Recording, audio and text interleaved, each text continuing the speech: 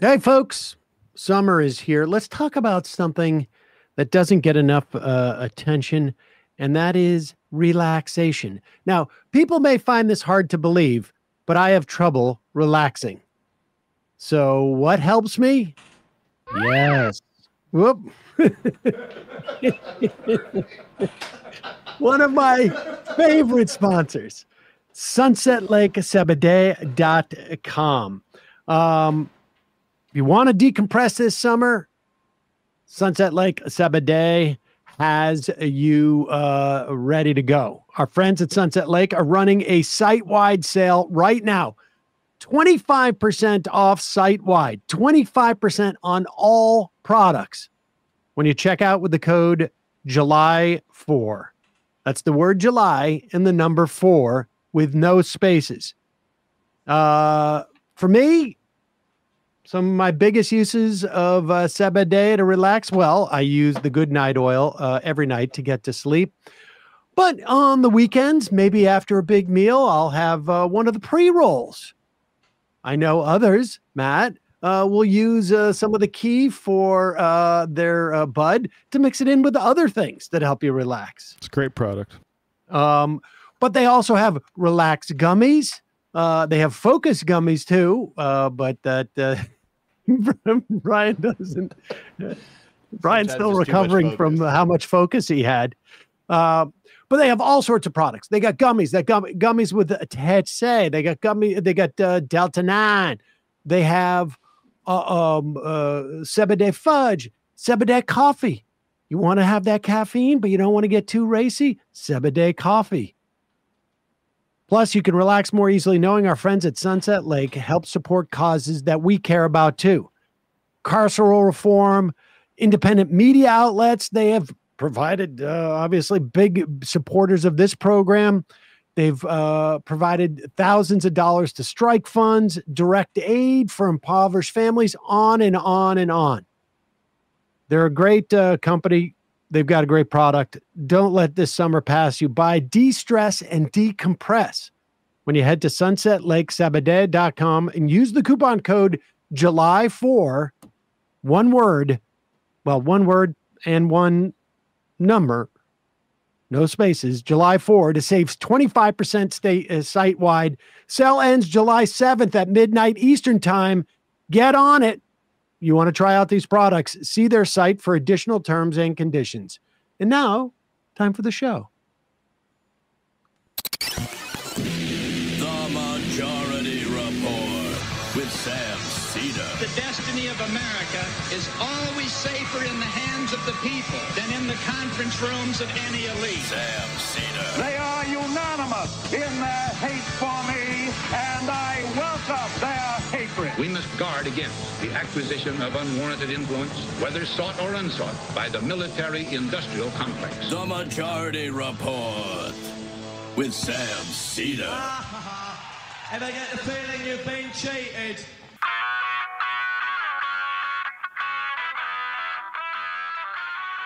It is Tuesday, July 1st, 2025. My name is Sam Seder. This is the 5-time award-winning Majority Report. We are broadcasting live steps from the industrially ravaged Gowanus Canal in the heartland of America, downtown Brooklyn, USA. On the program today, reconciliation bill inching toward final vote in the Senate. David Dayen, the American Prospect, will be here to give us the latest. Meanwhile, this Republican bill, regardless of what changes bring about over the next few minutes, represents the largest cuts to the safety net in decades. This bill also eliminates tax incentives for a whole host of sustainable energy programs, but late breaking, the excise tax that it actually added to wind and solar was just voted out in an amendment moments ago. And while Musk and Trump, they're at it again, let them fight. British Lancet journal says USAID cuts may cause over 14 million deaths over the next 5 years. 14 million additional deaths. Israel strikes a cafe in Gaza. In addition to 4 schools and 2 hospitals, that cafe, known to serve journalists because it's one of the last places in Gaza with reliable internet service. Last night, Israel killed over 80 people. Meanwhile, international charities and NGOs call for an end to the Israeli-U.S. backed aid site because Israel has been using it as a killing field. Meanwhile, Russia now paying young Ukrainians to be unwitting suicide bombers. California law passed exempts certain housing projects from CQ, the major environmental bill, law in California. Duke loses NIH grants because they use the prefix trans in reference to things like disease transmission and transnational studies. Lastly, new report, flu shot during pregnancy associated with a 44% reduction in flu for babies under the 6 months old. All this and more on today's Majority Report. And I'm also just being told that today is Canada's birthday. So happy birthday, Canada. Perhaps in the fun half, we'll give you a shofar if you call in. We'll see. Things are moving very, very quickly right now in the Senate, or I should say, are happening as we speak. As of this morning and working through the night on this record-breaking vote-a-rama, they had over something like 42 votes. The Senate Republicans have just, literally 3 minutes ago, passed their reconciliation mega bill. David Dane will be on in a moment or two to give us a sense of what's in it. I mean, they were writing this thing up until the last minute, and it will then head to the House, where they will have to pass this version, or perhaps huddle and work out some type of compromise. In the House, reports were as late as last night, House Republicans were basically saying, how did they manage to make this bill even effing worse? And there's a bunch of Republican so-called moderates who will almost guaranteed lose their seat if they pass this bill as is. And we'll see whether or not they will actually vote for it. But just to give you a sense of how it's going to devastate, we're talking in the last version of this bill, almost $1 trillion cut out of Medicaid. Upwards to 11 million, almost 12 million people over the course of the next 5 years could lose their health insurance. We're talking tens of thousands, if not over 100,000 people will lose their lives. Millions of people will be kicked off of SNAP. It goes on and on. This pays for a huge hiring boost to ICE, to build the wall at Mexico, to build detention centers for immigrants. It increases the defense budget by something like $100 billion. Here is Andy Beshear, Kentucky governor, on with Jen Psaki on MSNBC last night, talking about this, what it's going to mean for rural America. Well, first, you are entirely right that this would be absolutely devastating to Kentucky, but it's going to be devastating to all of rural America. You mentioned that it is basically going to fire, because that's what Donald Trump and everybody who votes for this is doing. They are firing healthcare workers across the country, 20,000 in my state. 200,000 people in Kentucky and millions more aren't going to be able to get the treatments they need. They might not survive. And those 35 rural hospitals that are at risk of closing, Jen, each and every one of them is the second largest employer in the community that they're in. So just imagine you're a small business in that community and the second largest employer goes under. All the jobs evaporate. What happens? Your entire community's economy takes a major hit, and all of a sudden you as a small business may be laying some people off as well. But then take the families and how they're going to be impacted.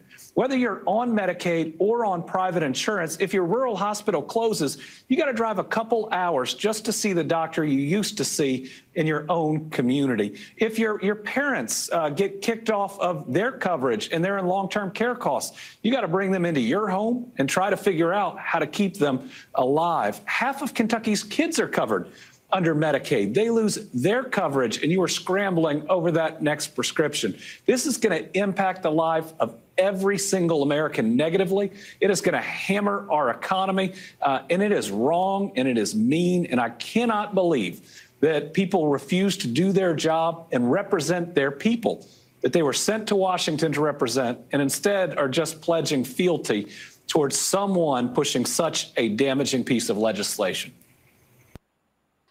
Hard to add to that. The CBO predicts, and again, this was the scoring that took place last week, but certainly the bill has not gotten any better. 11.8 million more Americans would become uninsured by early 2030s. 3 million more would not qualify for food stamps. And this is to say nothing of the tax cuts for billionaires and millionaires and the tax increases for people who are living in poverty. I mean, it's astonishing. The highest tax cuts, or I should say as a percentage of the existing tax cuts, happen in the, well, more or less $150,000 and up. Folks in between will be getting a also a reduction in taxes, but you'll be paying for it in insurance rates when you have so many people having to go to the emergency room. You'll be paying for it in terms of, I mean, a whole host of other, you'll be paying for it insofar as energy costs. Day trip to the hospital. Medicaid patients may be paying a new $35 copayment.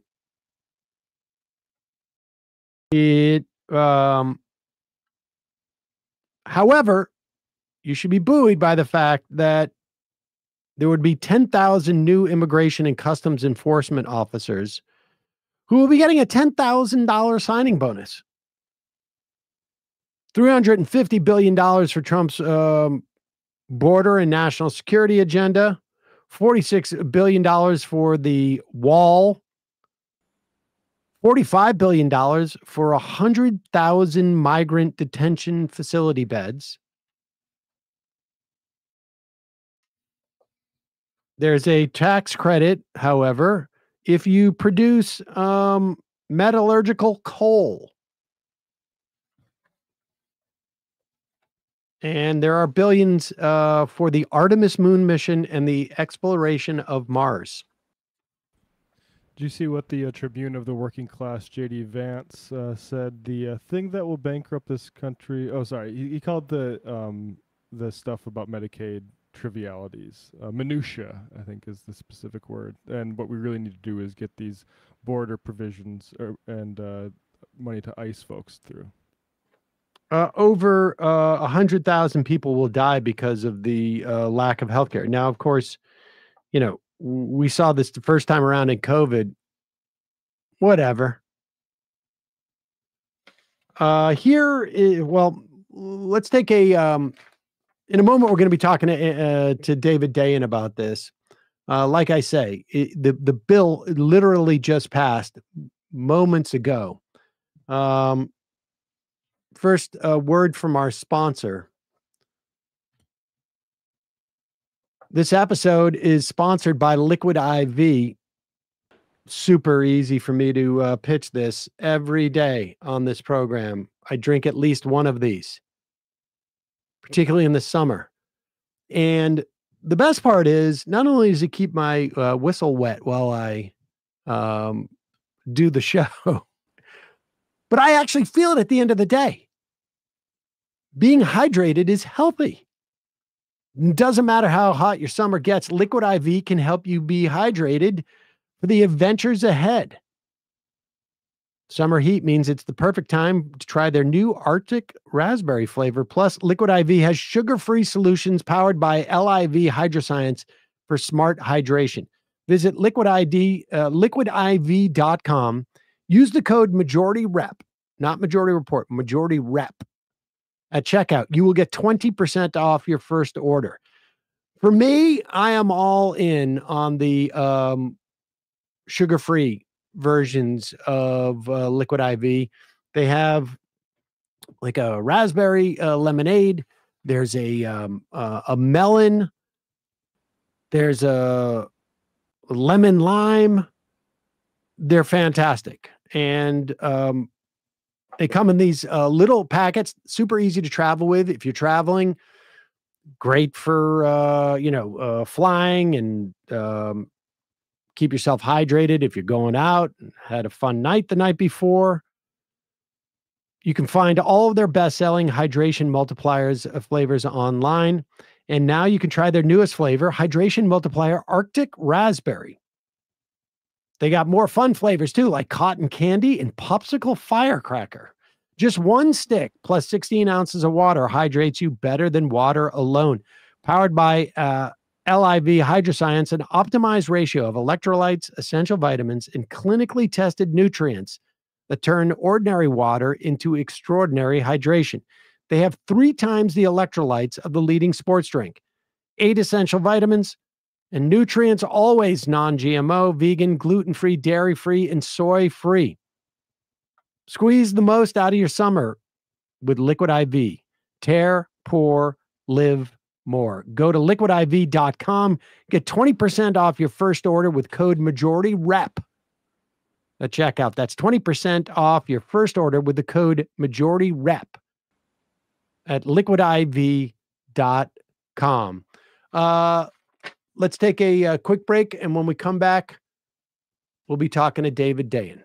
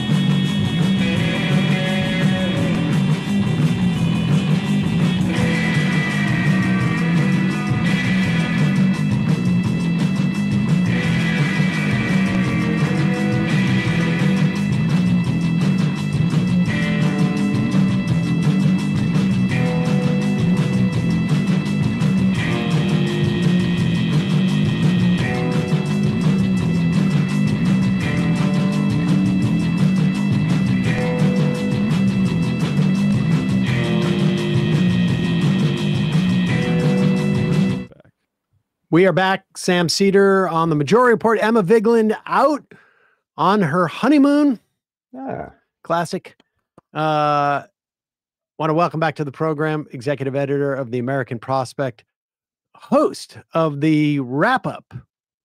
The weekly roundup and also the Organized Money podcast. Oh, right. Exactly. All right. I'll get that straight. Got a great one out today. OrganizedMoney.fm. The Organized Money podcast is actually is one of my rare listens. I don't listen to many other shows, but I always learn something from both you and Stoller on this. We got a great one today on Spotify. It's really good. Folks should check that out. But in the meantime, the Senate reconciliation bill, no longer called the One Big Beautiful Bill, care of Chuck Schumer. He really showed him. Good going, Chuck. You can't call that officially that. Just passed, and the final passage of the bill was released about 15 minutes ago. 900 some odd pages. I wanted David Dayen on because I know by now he's read all 900 and whatnot pages of that bill. David, welcome back to the program. Fortunately for me, it was only 887. Oh, so, all right. Well, that's why you got here. That's why you were able to get here so early. Yeah. I spot checked it. Let's say that. I think people know the headline story. $1 trillion, it appears, to be cut from Medicaid. Mm-hmm. It is going to possibly cause the deaths of about 110,000 people over the course of the next 5-10 years who would otherwise have health care. It's going to kick up to 12 million people off of Medicaid by 2034, 3 million off of SNAP. You factor out the deaths, it'll only kick 11.9 million people off. I guess that's Those true. People will die. So don't be so harsh, as JD Vance would say. It's only minutia. Let's not get into the minutia of this stuff. Right. And then, of course, it assaults like any type of not so small advances we had made to deal with like decarbonizing our economy. It is shocking. At the last minute, apparently they got rid of the excise tax that would have actually taxed things like. But explain this. I've mentioned it many times on the show, but when we get into like the deficit and the debt, the Senate did something, and I don't understand how they got away with doing it without having to sort of fire the parliamentarian, which was an accounting trick that makes it seem like this is not adding huge trillions of dollars to the debt. Now, I'm not necessarily so concerned about the debt as I am it completely obfuscating what the reality of this bill is. Well, the reality is that they couldn't have passed the bill without this trick. So the gimmick is called the current policy baseline. And what that means is that the Trump tax cuts, as you know, expire at the end of this year. And one of the big things in this bill extends those Trump tax cuts and makes them permanent. And that, under a current law, because the law is the tax cuts expire, and so starting in 2026, they would pick up again. So under that current law baseline, that would cost almost $3.8 trillion over that 10-year period, right? So what the Senate Republicans said is that, well, actually, that's just current policy. We're just extending what was already the policy of the United States. And so that actually costs $0. And that is the difference in this bill between a bill that will cost, and we don't know about the final stuff, like the killing of the excise tax, and there were some other changes. So we don't know the final number, but at least as of this weekend, the estimate was it cost $3.3 trillion over that decade, the bill that would add that much to the debt. Now, with the current policy baseline, it looks like it saves $500 billion over that 10-year period.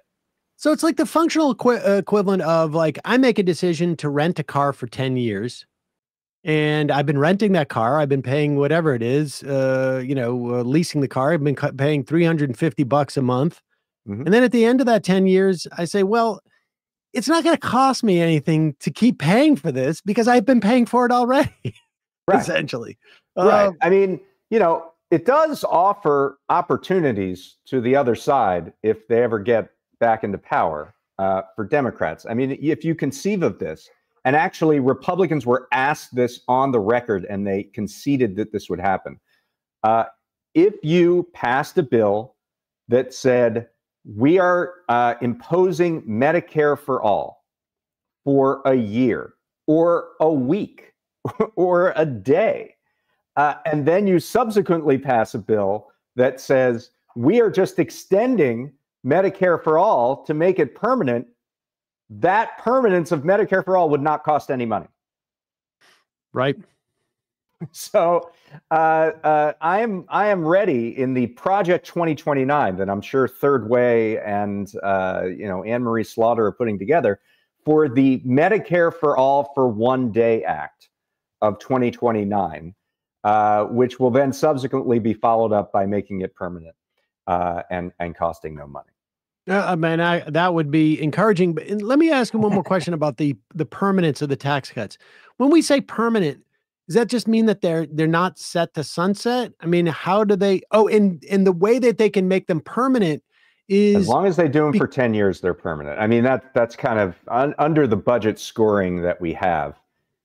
If you say these tax cuts are now permanent, the way that it's scored, it only looks at the 10-year budget window. But do they don't sunset? They will not sunset. No. And they don't have to sunset because theoretically they don't exist. But here's the funny thing. There are other taxes in this bill that do sunset. All of Trump's campaign promise taxes, no tax on tips, no tax on overtime, no tax on interest on auto loans. It's not no tax on Social Security. It's a deduction for people over the age of 65. All of those are 4 years. They're only there for 4 years, right? So they could then use this gimmick again if Republicans are still in power and say, oh, well, current law is no tax on tips, so we'll just extend that and it won't cost any money. So they are simultaneously using a current law baseline to shrink the perceived cost of certain taxes and using a current policy baseline to eliminate the cost of certain taxes in the course of the same bill. Let's talk about the AI ban. Let's talk about anything else. Okay. Well, I mean, I guess, the AI ban is gone. That was a good thing. The ban on the ability to regulate AI is gone. Just to be clear, it was going to be a 10-year moratorium on regulation of AI at the state level. And the way they were going to do this is they had a pot of money that states wouldn't be able to access unless they agreed to this moratorium. And there was a deal attempted by some senators on the Republican side who disagreed with this. They shrunk it for a bit, and then that deal blew up. And then there was a vote last night to strip this moratorium from the bill, and it passed 99-1. So big tech lobbyists who were pushing for this very heavily and hard obviously miscalculated severely that they would be able to muscle this through, because literally almost every senator voted against it in the end. Yeah, that's not very close. So that is gone. What are the other what are the things in the bill, as you can tell right now, that are going to be problems for the House? Now, when this goes to the House, are they going to do a conference, or is the House sort of just decides whether they're going to try? I mean, Mike Johnson, the Speaker, is going to try to pass this immediately. In fact, there is a Rules Committee session today, and House members are expected back to Washington tomorrow to start voting on this. And, in a perfect world, Johnson would have this on the president's desk by July 4th. Now, is he going to be able to do that? Well, there are several things that the House Freedom Caucus had said we're absolutely not going to pass that are in this Senate bill. The first one is the House isn't going by this current policy baseline gimmick. And so they see red ink in this bill more than what they wanted in the bill. So the House, in their budget resolution, said we can have no more than $2.5 trillion in tax cuts more than the spending cuts in the bill. If that relationship isn't maintained, you have to reduce the tax cuts. You have to change those in some way so that they aren't as costly. And that is not in here. That violates the budget resolution. And more important, it violates the promise that was made to the House Freedom Caucus that this would happen. And that's about 30 people. The House can only lose, Republicans only lose 3 votes in the House to pass this. So that's one, is that it's too much taxation, or too much, not enough spending cuts. The second is on the energy provisions. So you mentioned that there were these changes to the clean energy provisions that made them very, very harsh and would have made it almost impossible to produce a solar or wind project in this country. Because not only were the tax credits phased out very quickly, but there was this new excise tax on solar and wind projects that would have increased the cost of building a solar or wind project to a degree that you couldn't ever pencil it out. Those were taken out at the last minute at the end of the bill. I think also to get Lisa Murkowski's vote. Lisa Murkowski got a bounty of things, a bunch of gifts, including tax breaks for whaling captains in Alaska and tax breaks for Alaskan fishing villages. This is literally in the bill. But another thing she actually wanted is to weaken the phase out of these tax credits. So the tax on solar and wind is out. As long as you begin construction on a solar or wind project in the next year, you get the tax credit. You have to have that in service by 2027. So there's going to actually, if this bill passes, be a gold rush of solar and wind projects trying to get in under the wire within a year of passage of this enactment of the bill. However, this is exactly the thing that the House Freedom Caucus didn't want. As a condition of them passing the bill in the House, they wanted the energy tax credits much, much harsher. And they've rolled back to being weaker to a degree in the Senate version. So you put those two things together, and that's on the hardline deficit hawk side. That's going to be a problem. And then the Medicaid cuts are still much more harsh in the Senate bill than they were in the House bill. Now, there is a rural hospital fund that was doubled in the final version from $25 billion to $50 billion, but that's still a fraction of the nearly $1 trillion in Medicaid cuts over 10 years that are going to be in this bill. And there are some House moderates who have said these Medicaid cuts are a bridge too far. I can't vote for this bill. So you put that all together, they can only lose 3 votes.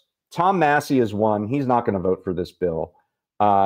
Let's say they get one, they minimize their losses to maybe one guy. There's a guy, David Valadao, who's in the Central Valley of California. His district has the 2nd highest concentration of Medicaid recipients in the country. He's probably not voting for this bill. So that's 2. So you can only lose 1 more and pass the bill on the House side, which means you have to accommodate the Freedom Caucus and make sure that they pass this version of the bill. Ultimately, what this comes down to is who's going to defy Donald Trump. Massey will, because he's done it all the time. Valadao voted for Trump's impeachment. He doesn't mind going against him. But who else is going to? Who else is going to say to Donald Trump, I'm not passing your agenda because I don't like this part or that part? They're going to have to prove to me that they're willing to do that. I got a couple of questions. So there's 30 members of the House Freedom Caucus. If they had put down a real hard line on this, if they accept this, there's no point to them. right? I mean, I'm just like, I'm trying to give people some sense of like how they can do this. If you live in a red district with the House Freedom Caucus, your congressperson does not know what your politics are. I would call that office and go, I put you in there for fiscal sanity. And if you could actually vote for this, there's no point in having a Freedom Caucus. I'd like to see the delta of Majority Report viewers who live in hard right conservative districts, but maybe there are some. Oh, we have a lot. You'd be do. surprised. In fact, those are some of the most intense audience members because they have to basically be inside. There's another thing that those Freedom Caucus members have to think about, and that is Elon Musk. So Elon Musk is very much against this bill, partially on the energy grounds, but also on the fact that it doesn't cut enough spending for his liking. Like, he is a kind of a hard right Tea Partier at this point. Elon Musk. And he is the world's richest man, and he has a lot of money to fund primary challenges against Freedom Caucus members if they don't adhere to the deal that they set up just a few months ago. So when you call those Freedom Caucus House members, say you are personally writing Elon Musk and asking him to fund a primary challenger to them. In terms of the House moderates, the COLA stuff that they wanted seems to be more or less close to what they wanted. They wanted 40,000. You're talking about SALT? SALT, I'm sorry. SALT. So, yeah, as far as the state and local tax deduction is concerned, they again, to make this look cheaper, did a partial change to that deduction cap. So the SALT caucus wanted to change from you can write off $10,000 of your state and local taxes on your federal taxes. They wanted to up that to $40,000. That the ultimate deal is that is true for only 5 years. So once again, they use this current law baseline to make those look cheaper, even though they could now, the precedent in the Senate, they could come back and make it permanent and it would cost $0, right? So one member of the SALT caucus, this guy Nick LaLota in New York, said, I don't agree with that. I'm not going to vote for that. But we kind of, you know, I'm a little skeptical of him as well, whether he'll actually defy Trump on that. And those are now the 3 votes that they can afford to lose. Is Jerry Connolly's seat filled? It's not filled. They had a primary. The general election doesn't happen, I believe, until September. So it's only 3 votes they can afford to lose, even without Connolly's vote in the, without in the House? Connolly, even without Raul Grijalva, even without there was another member of the House Democrats who died. Even with all 3 of those gone, they can only lose 3 votes. If they were there, they would only be able to lose 2 votes. It would be nice if we didn't have so many people in the Democratic caucus pass away. Yeah. What do you think the chances are? I mean, it goes over to the House. It feels like that this is going to happen. Like that it's unlikely that anybody's going to buck Donald Trump. I mean, as I said, they have to show me that they're willing to do that before I would believe it. So maybe it'll happen. If the Freedom Caucus actually believed in the principles they espouse, this bill would not pass, right?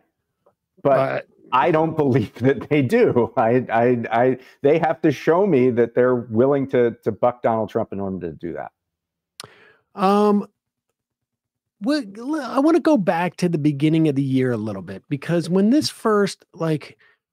first budget resolution was passed, the one that sets up like sort of the umbrella to allow reconciliation to happen, there was a sense by all of this sort of like conventional wisdom people, like the top sort of like Democrats, that this was never going to pass, that they weren't going to be able to do it. And they were surprised that Johnson got it across the threshold. And I think to a certain extent, the threat of Elon Musk primarying was underestimated as an incentive factor. Here's what I'd say.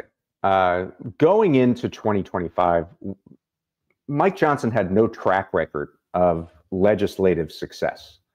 And we were coming out of a 2-year session where the caucus was so fractured and so divided that they couldn't even do basic things like hang on to a speaker. So there was some reason to believe that it was going to be problematic for Johnson to get the herd of cats in line. So I don't disagree with that. I think that it was certainly the conventional wisdom, and there was good reason for it. There was actual evidence for that. What I think was underplayed is the degree to which the Republican Party is just Donald Trump's party.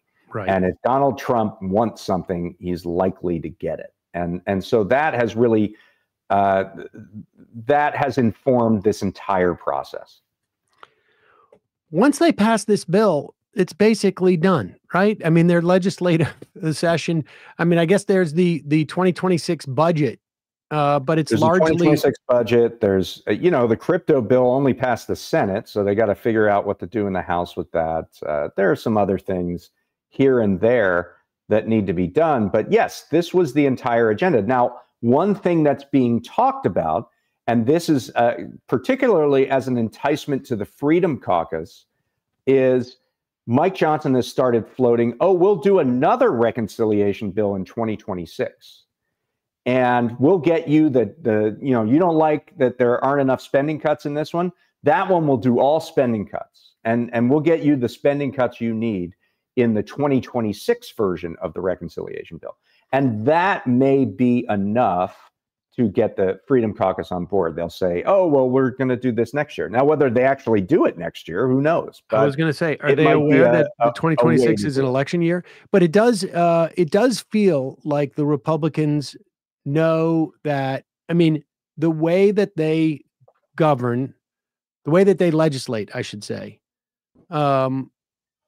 they do it like they know they are going to get voted out of office no matter what in the next election. And so we're going to do as much as we can. If you hear from some liberals, they'll say they're voting like they think they're never going to be voted out of office.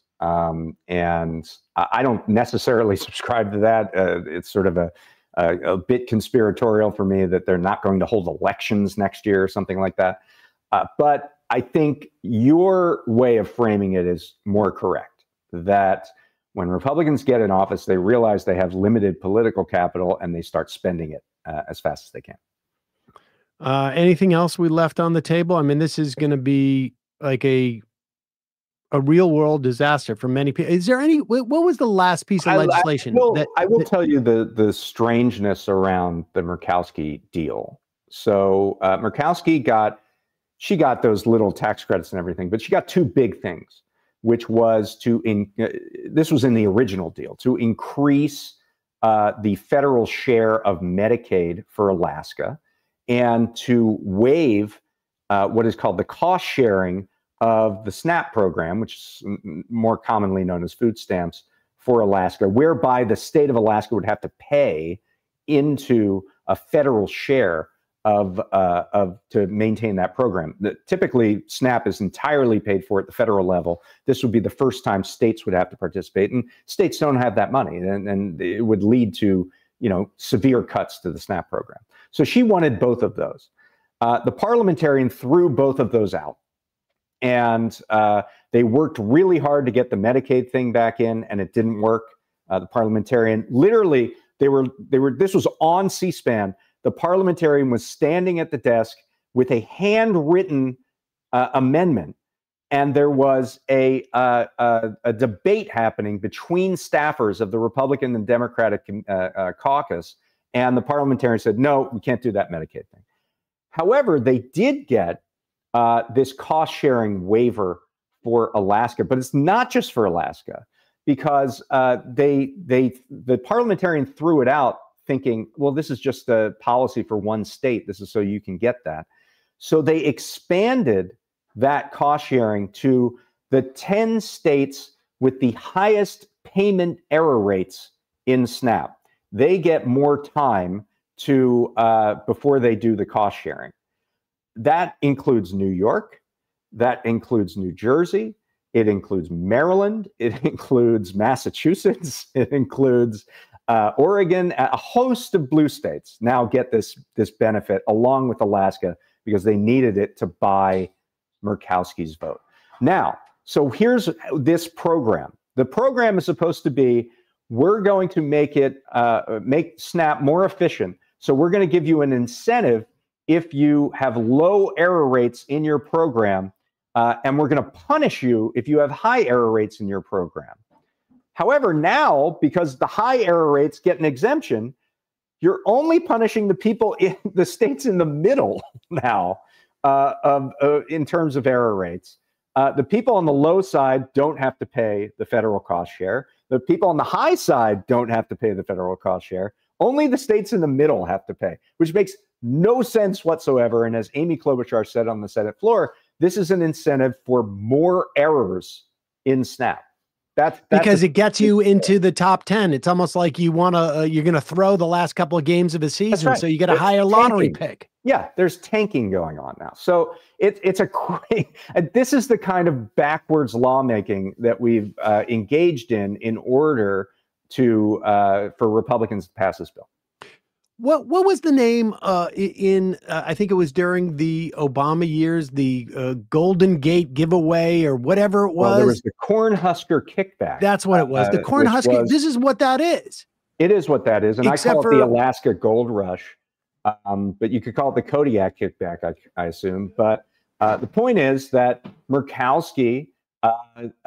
Look, I mean, there's a world in which every senator should be fighting for their state. Right. And, Josh Hawley looks like an idiot. He didn't get anything from Missouri the way that Murkowski did for Alaska. All of these other senators didn't fight as hard for their states as Murkowski did. And, if they did, maybe we wouldn't have any of these Medicaid cuts or SNAP cuts. Where does Josh Hawley's perspective on place him on the populist meter? I think he's forfeited that completely by voting for this bill. He came out and gave this whiny speech about how, this shouldn't be what the Republican Party is. We shouldn't be cutting Medicaid, even though he's voting to cut Medicaid. And that's some real leadership. That's called leadership. And now his theory is, I can cut off some of these taxes at the pass or cut off some of these Medicaid cuts down the road. And good luck to you on that one, Josh. Well, he wanted to be able to make the changes from the inside and be one of the people who are voting. David Dayen, thanks so much for hopping on and walking us through this. It's folks should be checking out the Prospect on a daily basis to get this information in a way that nobody else has. Thanks so much. I really appreciate it. Thank you. Bye. All right, folks. Before we go into the fun half of the program, let's put up a Washington phone number. Again, this is one of those situations where if you live in a Republican district, you can actually, make their vote a little bit more difficult. If you live in a Freedom Caucus or a House Freedom Caucus district, you can make their vote a little more difficult. You can say, honestly, I'm going to write Elon Musk and hope that he finances your primary. They have put their flag in the ground as stalwart defenders of the deficit or debt, and now you can tell them, what's happening. Do we have a number? Yeah, I'm looking for a good 202-224-3121. I'm looking for a good way to display it, but that's the number, 202-224-3121. That's 202-224-3121. Also, we should tell you that the results we can put it on a Chiron. Okay. We'll put up that number, and we should also tell you the final results of the New York mayoral race is out. And it would appear, or it looked like Mamdani won by 7 percentage points the first round of voting. You'll recall he did not cross the 50% threshold. So therefore, the final results would have to go into the ranked choice voting process. And it appears, sadly, for Andrew Cuomo, that he lost in the second round by over 10 percentage points. Is that right, guys? 56-44, I saw. It's exactly That's, 12. If I believe that, if I'm counting correctly, it is that is 12 points. Put this. What that's going to do, it doesn't change anything. And this again is the number that you can contact your congressperson. This is Senate, but it's the same number. 202-224-3121. And who should be calling that is if you are in a Republican district. I mean, it's important to call your Democratic Congress people too. Tell them they better take that vote. They better show up there. Nobody should be taking an early July 4th vacation. Make sure you're there for that vote. Apparently, Jeffries is doing a caucus meeting this afternoon. But if you're in a Republican district, you can add some pressure to them. If it's a so-called moderate, tell them these cuts to Medicaid are absolutely unconscionable. And if it's in a Freedom Caucus, tell them that there's not enough cuts. This hinky math where they're pretending like the baseline is different than it is, you see right through that. And in fact, right now, you're sitting down to write a handwritten letter to Elon Musk, begging him to finance a primary of your congressperson. Meanwhile, Zohran Mamdani in the second round wins by 12 percentage points in this mayoral election. The only thing that I think like the implications of this are, if you're Andrew Cuomo, and particularly there's a New Yorker, I think New York Magazine article that's come out that shows just how lazy Cuomo is and incompetent. But if you are, if you're a big donor, you're not going to look at these numbers and be encouraged that you're going to get your money. There's going to be any type of return on investment. So that's pretty good stuff. We're going to head to the fun half. Folks, a reminder, it's your support that makes this show possible. You can become a member by going to jointhemajorityreport.com. When you do, you not only get the free show free of commercials, but you also get the fun half. Also, don't forget justcoffee.coop, fair trade coffee, hot chocolate. Use the coupon code majority, you get 10% off. They've got all sorts of different coffees there, and they're a co-op. They really support their farmers. Great company, great coffee. Justcoffee.coop. You can get the Majority Report blend there. It's a wonderful conversation starter. Folks over, you bring the coffee bag on the platter in which you serve the coffee. Also, don't forget AM Quickie, amquickie.com. Get the news in a very easy to read, quick digest every morning to your email box, amquickie.com. Matt, what's happening on Left Reckoning? Yeah, tonight on Left Reckoning, talking Zohran again with Ashik Siddiqui of the DSA. So look forward to that. And then also talking about another type of Democrat, Colin Allred, who has announced he's running again in Texas to make a lot of money for consultants again. So check this out tonight, patreon.com/leftreckoning. Quick break, fun half. 3 months from now, 6 months from now, 9 months from now. And I don't think it's going to be the same as it looks like in 6 months from now. And I don't know if it's necessarily going to be better 6 months from now than it is 3 months from now. But I think around 18 months out, we're going to look back and go like, wow. What? What is that going on? It's nuts. Wait a second. Hold on for a second. The Majority Report. Emma, welcome to the program. Hey. Matt. What is up, everyone? Nomi Key. You did it. Let's go, Brandon. Let's go, Brandon. Bradley, you want to say hello? Sorry to disappoint everyone. I'm just a random guy. It's all the boys today. Fundamentally false. No, I'm sorry. Women's. Stop talking for a second. Now let me finish. Where is this coming from, dude? But dude, you want to smoke this 7A? Yes. Hi, me? This me? Yes. Is this me? Is it me? It is you. Is this me? Hello? Is this me? I think it is you. Who is you? No sound. Every single freaking day.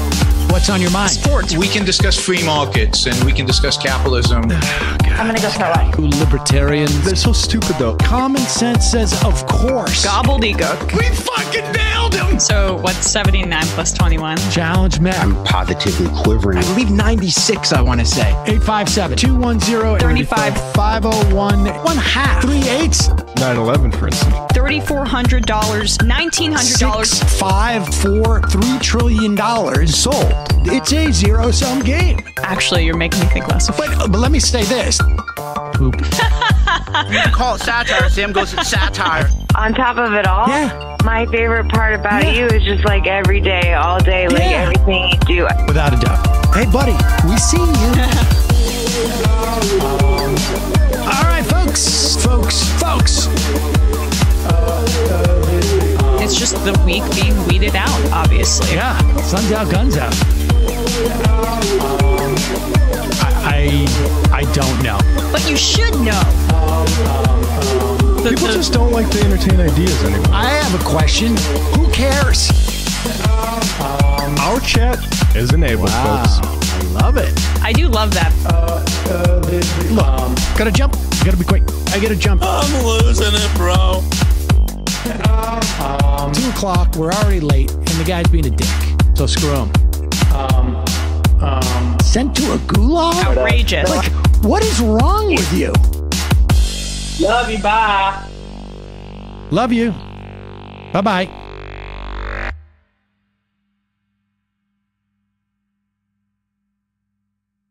Back. We are back. Sam Seder on the Majority Report. Emma Vigeland out for the rest of the week for her honeymoon.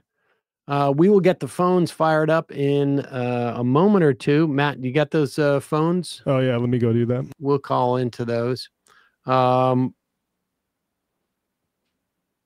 Jody from Chicago. The good news is that Fetterman can go, finally go to his beach vacation. If his family is lucky, they have already ended their beach vacation. Got a couple of clips on how they're trying to sell desperately these Medicaid cuts. There we go. We're going to be back online with those phones in a moment. On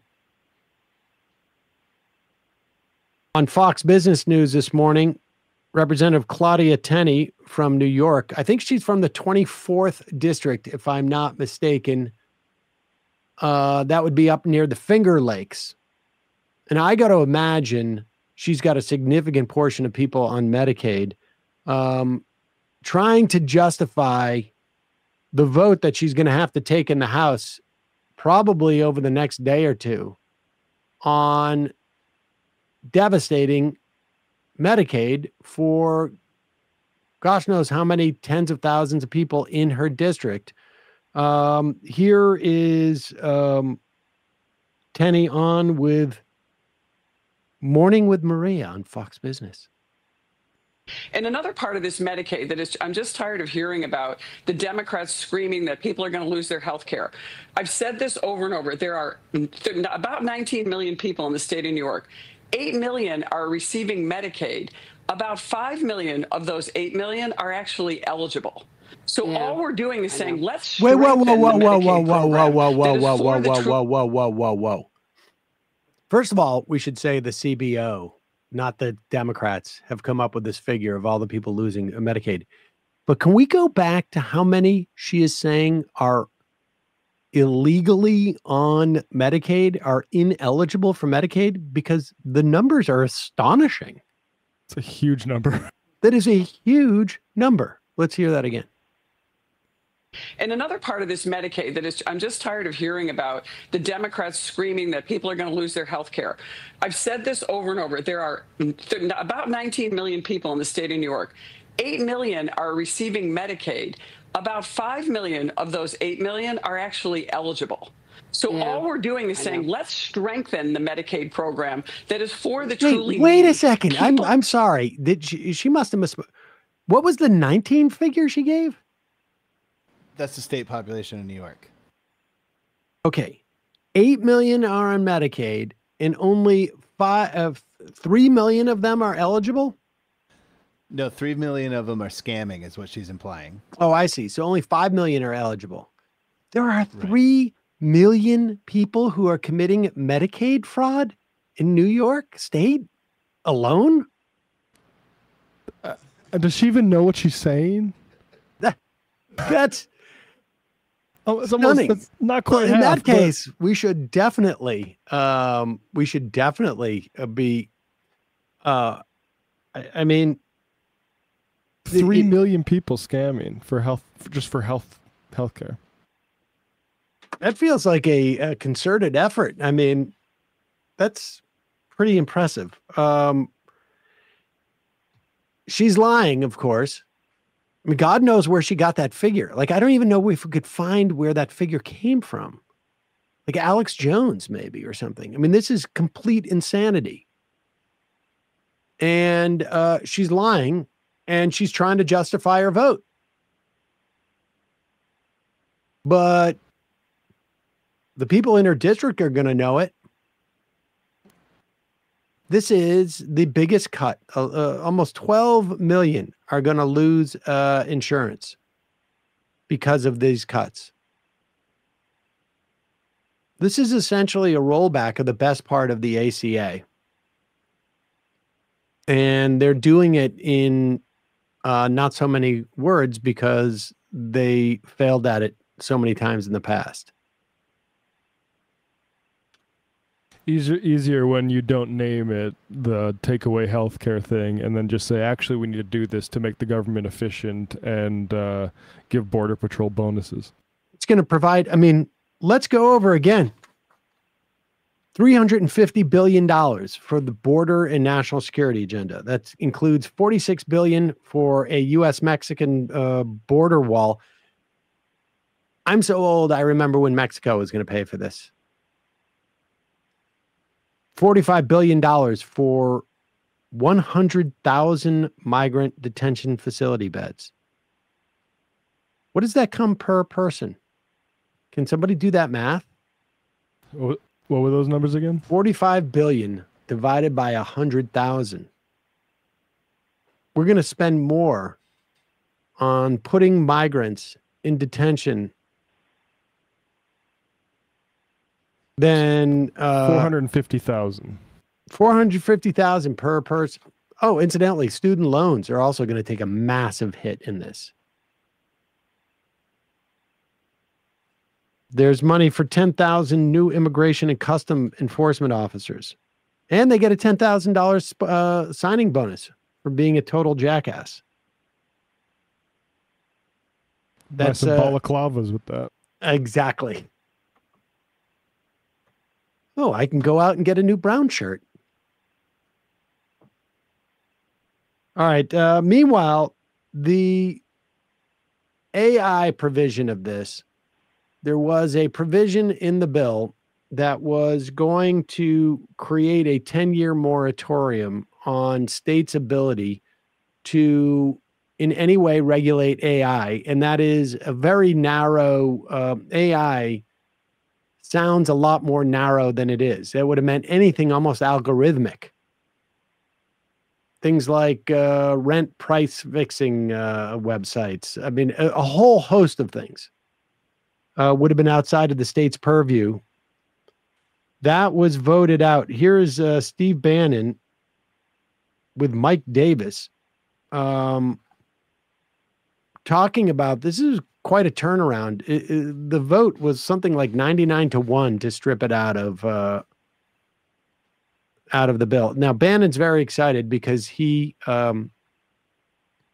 really has a problem with folks like Elon Musk, because Elon Musk has a problem with him. And so this is part of this little intra-MAGA fight, I guess you could call it. Again, it's not ideological at the end of the day.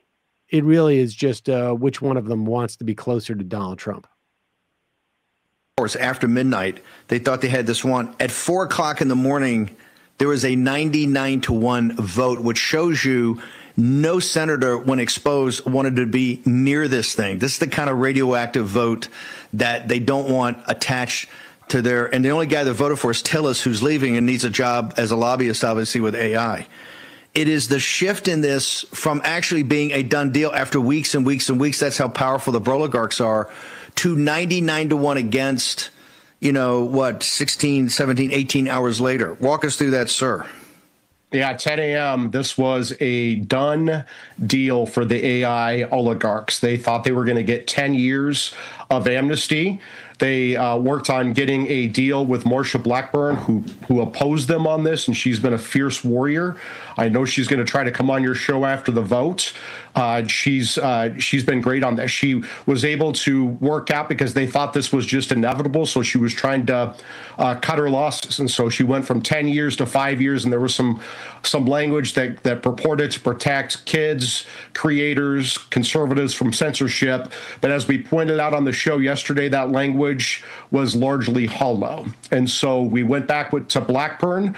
I worked very closely with Senator Blackburn's chief of staff all day, all afternoon, all evening. I'll give Katie Lane a shout out. She's one of my good friends. Her husband, Bill Lane, used to volunteer for the Article 3 project as a lawyer. Now he's a nominee to be a top Pentagon lawyer. I worked very hand in glove with Katie Lane and Grace and the War Room posse and Steve Bannon, and we worked with the senior members of the he's already House. Talking about more people than was necessary in the Senate to actually get the votes here. This sounds like a lot of of grandstanding. I think it was just because Ted Cruz wanted it so badly that everybody wanted to screw him over. Yeah, I mean, I'm glad it's not in there, but the rest of the bill is an atrocity. Absolute atrocity. Here is Scott Bessent on with Brian Kilmeade, and he is pushing again. I mean, this is it's impressive how the Republicans hold on to this notion that if you cut taxes, you actually raise revenue. This was what George Herbert Walker Bush called 40 years ago voodoo economics. This is what the people of Kansas had a firsthand experience with when Sam Brownback, the governor there, brought in Arthur Laffer of the Laffer curve to map out how they could cut taxes and raise revenue. And within 2 years, the Kansas had devastated their revenues so much by cutting taxes that a completely controlled Republican legislature voted to raise taxes. And yet, Scott Bessent still able to peddle this garbage. Now, to be fair, it's on Fox and Friends. Taking advantage of the system. We're going to put in a work requirement, and we're just trying to get the levels back to where we were pre-COVID, which I don't think anybody disagrees with. Elon Musk says this. It's obvious with this insane spending bill, increases the debt ceiling by $5 trillion. We live in a one-party country, the Porky Pig Party. Time for a new political party that actually cares about the people. And he's probably going to start one if this passes. What's your reaction? You guys famously tangled in the White House. I admire Elon's leadership on rockets. I will take care of the finances. So do you feel as though he says the $5 Pause it trillion for a second. added to the deficit, you don't agree? Am I mistaken? But hasn't the last 6 Musk rockets exploded? Yeah. They Also, all wasn't the Doge- last one didn't even get off the ground and it exploded or something? It would have been nice for him to have said this back when Doge was a thing too. Like, why are we trusting the rocket guy with that stuff? All right, let's go back. I mean, because Basant's about to make his pitch about how this is like by cutting, we're actually going to get more revenue.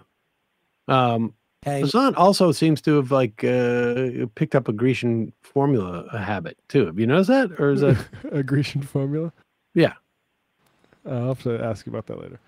Oh, I guess that's maybe in the White House. I admire Elon's leadership on rockets. I will take care of the finances. So do you feel as though he says the $5 trillion added to the deficit, you don't agree? I don't agree at all. Let me tell you why. Because this bill will set off growth like we've never seen before.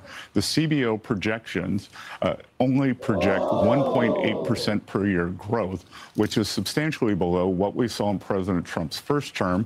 And I think we are going to see big acceleration here. And once you see the growth trajectory change to an upward bias, the bill more than pays for itself. You know, we could be in surplus. So let's talk about the trade. Let me just explain what he's saying there.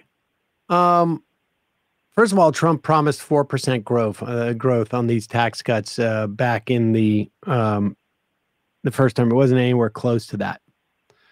And if anything, you had years of recovery that came from the 2008 crisis, right? That attributed for a lot of that growth.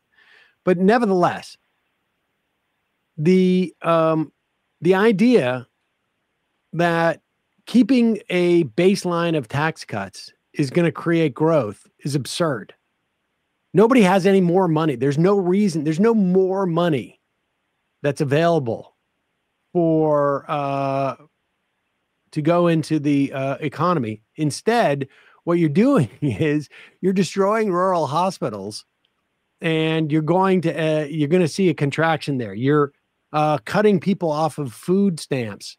So people are going to buy less food, which is going to ripple through the economy. And the idea that, like, if you had a bias, as he says, towards growth, in other words, if you believed in the complete voodoo economics that cutting taxes will increase your revenue, well, then everything will be fine. It's absurd. If it was always 25-mile-per-hour wind, I'd run 7-minute miles every time. Exactly. You know, if you have a bias for me having a capacity to fly, traffic would never be a problem for me. But people just refuse to have that bias. You know, if we just say we're going to have the gravity of Mars, I'll be able to dunk, so... But you'll be out of breath. I think if you go to Mars, it makes you, there's less oxygen, right? Isn't that the problem? That's what I hear. There was some hot Trump on Elon action last night. I don't know if anybody saw that. Was that my own personal feed or? Yeah, that's your For You page. Oh yeah, that's there's an OnlyFans page that has specifically set up for me to see this. Let's hear. Do we have do we have any of their? Oh yeah, here it is. Okay, I don't know. Last night, which one went first, Elon or Trump? I don't know. I think it was Elon, right? This is number 9. Oh yeah. Yeah, Elon attacked the bill first, I think. Okay, here is Elon on, this is on Twitter. Can you believe that we are now in this position where we're seeing like These two guys have their own social media sites where they put these messages out. We are so effed as a country and maybe a world, but this is where we are. Here's Elon Musk threatening to primary everyone who campaigned to reduce government spending, which incidentally is every single Republican always pretend like they're going to do this. Every member of Congress who campaigned on reducing government spending and then immediately voted for the biggest debt increase in history should hang their head in shame. And they will lose their primary next year if it is the last thing I do on this earth. Now, next year, and then it's the last thing I do on this. Okay. I mean, there's a lot of hope in that. A little bit of naivety too. Both that they will all lose their primaries and we'll have weaker candidates on the ballot. And then also, if Elon doesn't do it, here's Donald Trump. Exactly. He made a promise just like he's mad that those candidates broke the promise. Here is Donald Trump's response on his social media site. Elon Musk knew long before he so strongly, capital E, endorsed me for president. Wait, don't we? Here it is. Yeah, go ahead. Yeah, sorry. Endorsed me for president that I was strongly against the EV mandate. It is ridiculous and was always a major part of my campaign. Electric cars are fine, but not everyone should be forced to own one. Elon may get more subsidy than any human being in history. Well, I mean, yeah. By far, and without subsidies, Elon will probably have to close up shop and head back home to South Africa. No more rocket launches, satellites, or electric car production, and our country would save a fortune. Perhaps we should have Doge take a good hard look at this. Big money to be saved. Oh, my God. And here is Trump this morning. I mean, at one point, he's like sort of implying that maybe we deport Elon Musk. I knew it was going to get here. Let's play this. We got a lot of hostages back, but we're going to talk about the hostages. The question there was from the person was, are you thinking about deporting Elon Musk for folks who can't hear it over the airplane, I guess.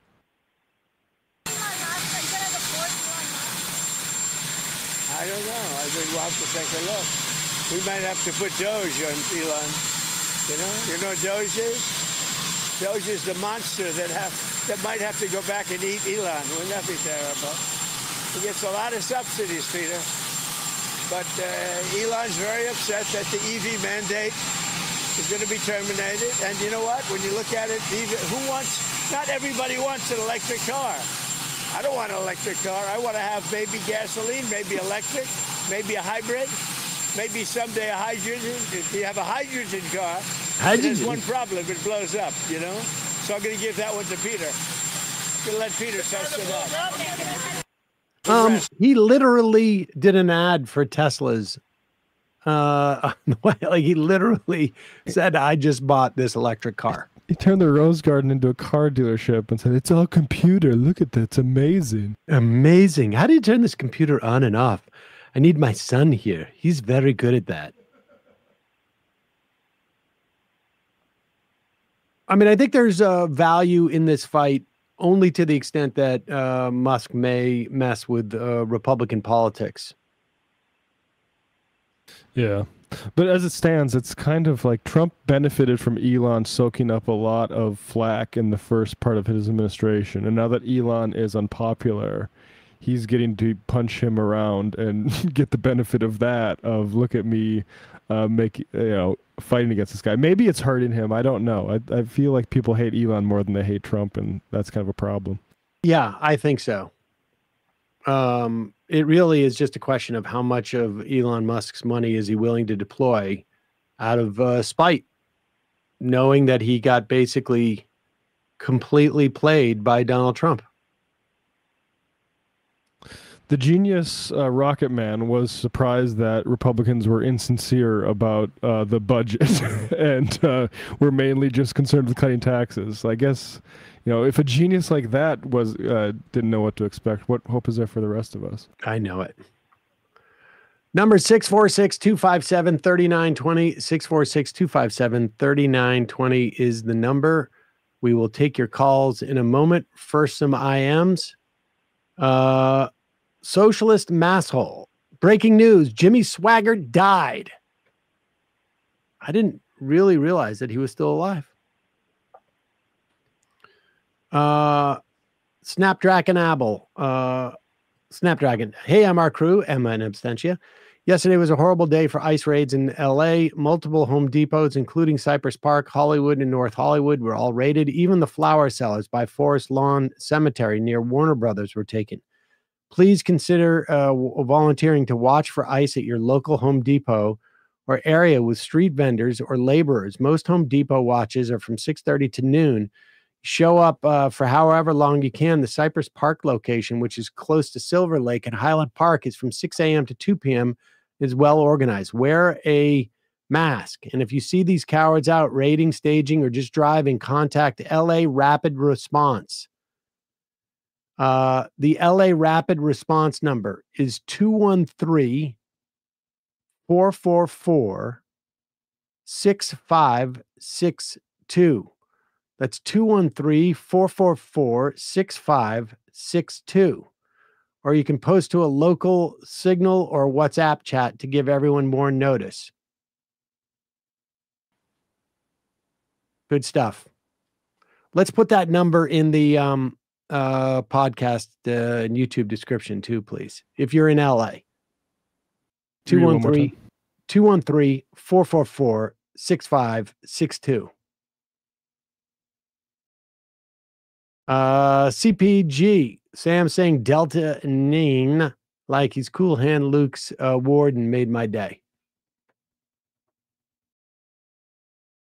Okay, so Nassau County spokesperson, ranked choice voting drop. Mamdani beats Cuomo 56-44. Is that the last round or the first round? I think that was in the second round. Delgado is running for governor. That is going to really change the calculation, I think. Kathy Hochul's calculation in terms of the way that she deals with Mamdani in the event that he wins the election. Did you see Kathy Hochul cutting an ad about riding the bus about how she's expanding congestion pricing? It's so she funny. has really interesting political instincts. A little bit late. Mama's fistulas. I can't be. Hey, y'all, just can't tune in live today. Just want to recommend a guest. Current state of various civil rights fights in Texas. Ash Hall, representative of the ACLU of Texas. We'll check into that. Mr. Yeast. Big, beautiful bill passes. Yes. Dylan Conklin. Trump is having Marco Rubio review Syria's status as a state sponsor of terror. What does this say about our foreign policy and what Republican orthodoxy is on terror at this point? The way they talk about it makes no sense. They've got some overarching plan for the Middle East that I suspect is driven by some real estate opportunities that have been offered to the Trump family. That would be my guess. The Mill Rind, the big ball of mud just passed. Yep. Crusty Gnome.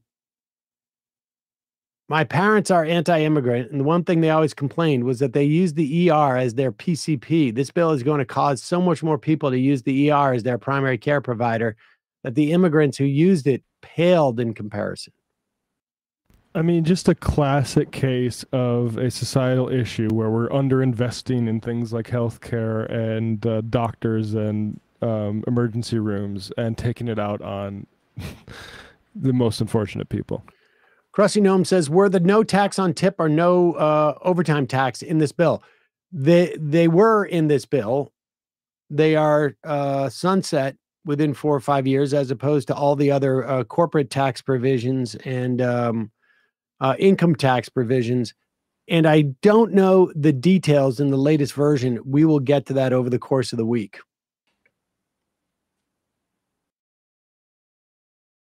Calling from an 810 area code. Who's this? Where are you calling from? Is this me? Yes, it is you. This is Kelsey. I'm from Michigan. Kelsey from Michigan. What's on your mind? So I know you guys love talking about Alyssa Slotkin when she comes into relevance. I was just going to recommend and give a shout out to two local Michiganders who run a podcast called Head in the Office. They know a lot about local politics, really involved. They'd be a great guest, but just wanted to give them a shout out. All right, great. Thank you. All right, thank you. Bye-bye. Let's go back to the phones. Calling from a 509 area code. 509 area code. Who's this? Where are you calling from? Is this me? It is you. Who's this? Where are you calling from? Oh, hey. This is Ronald Reagan.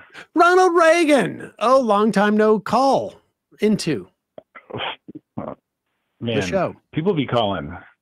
Yep. You guys are crazy busy these days. So Well, we get a lot of calls. We have, let's see, 33 calls stacked up right now.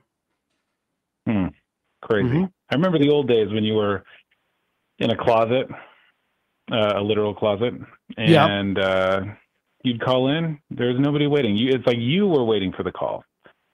Yeah. And then you just would take any call. Now we don't have to spend a lot of time with bad callers. Yeah, honestly, that's too bad because, remember Greg? Yeah, I do. I do remember Greg. And anyways, shout out to Greg wherever he is. I think Greg and Jimmy Reefercake are doing a podcast somewhere. I would actually listen to that. Low key, I was gonna say, like, somebody post a link to the Patreon. I'm signing up. So you're doing a really great job with the ICE stuff, the videos. I wanted to talk real quick about the stuff that happens on the back end and why what's going on is really so egregious. So a lot of the people. Well, I should just remind people that Ronald Reagan, that you are an immigration attorney. True. Yes. So probably with not clients everyone waiting in your lobby right now. But go ahead. No, there's a couple here right now, but they don't speak English. They think I'm calling about their case. So, and I'm going to make some typing noises. Hold on just a second. Okay. So not everybody, but a lot of the people that are being targeted have prior removal orders. They either maybe had a hearing a long time ago and missed it. They didn't know about it. Or maybe they fought their case to the end and they lost, and now they're stuck with this final removal order. One of the reasons why it's so problematic to just detain and deport somebody right away, first of all, they don't give any proof of the removal order. They tell you to FOIA it, which will take months. So you're kind of taking their word that a removal order happened, that everything happened correctly. They're also not giving people the opportunity to leave on their own. So I've had, maybe at this point, like half a dozen clients who were like in the process of getting their stuff together. It's a big deal to move countries, and they were just detained and deported. Whereas in the past, they would say, okay, look, in a month, you need to come back with proof that you've purchased a plane ticket. And if you don't, then, there's a risk of being detained, but at least they were willing to work with people in that position. But just two quick stories from my past. We had a guy who was called in to do a check-in. This is probably during the Obama administration, because he had missed a hearing and had a removal order. Well, we were able to do a FOIA, get the paperwork, and we saw that they delivered the hearing notice to a street and not an avenue. So he never got notice.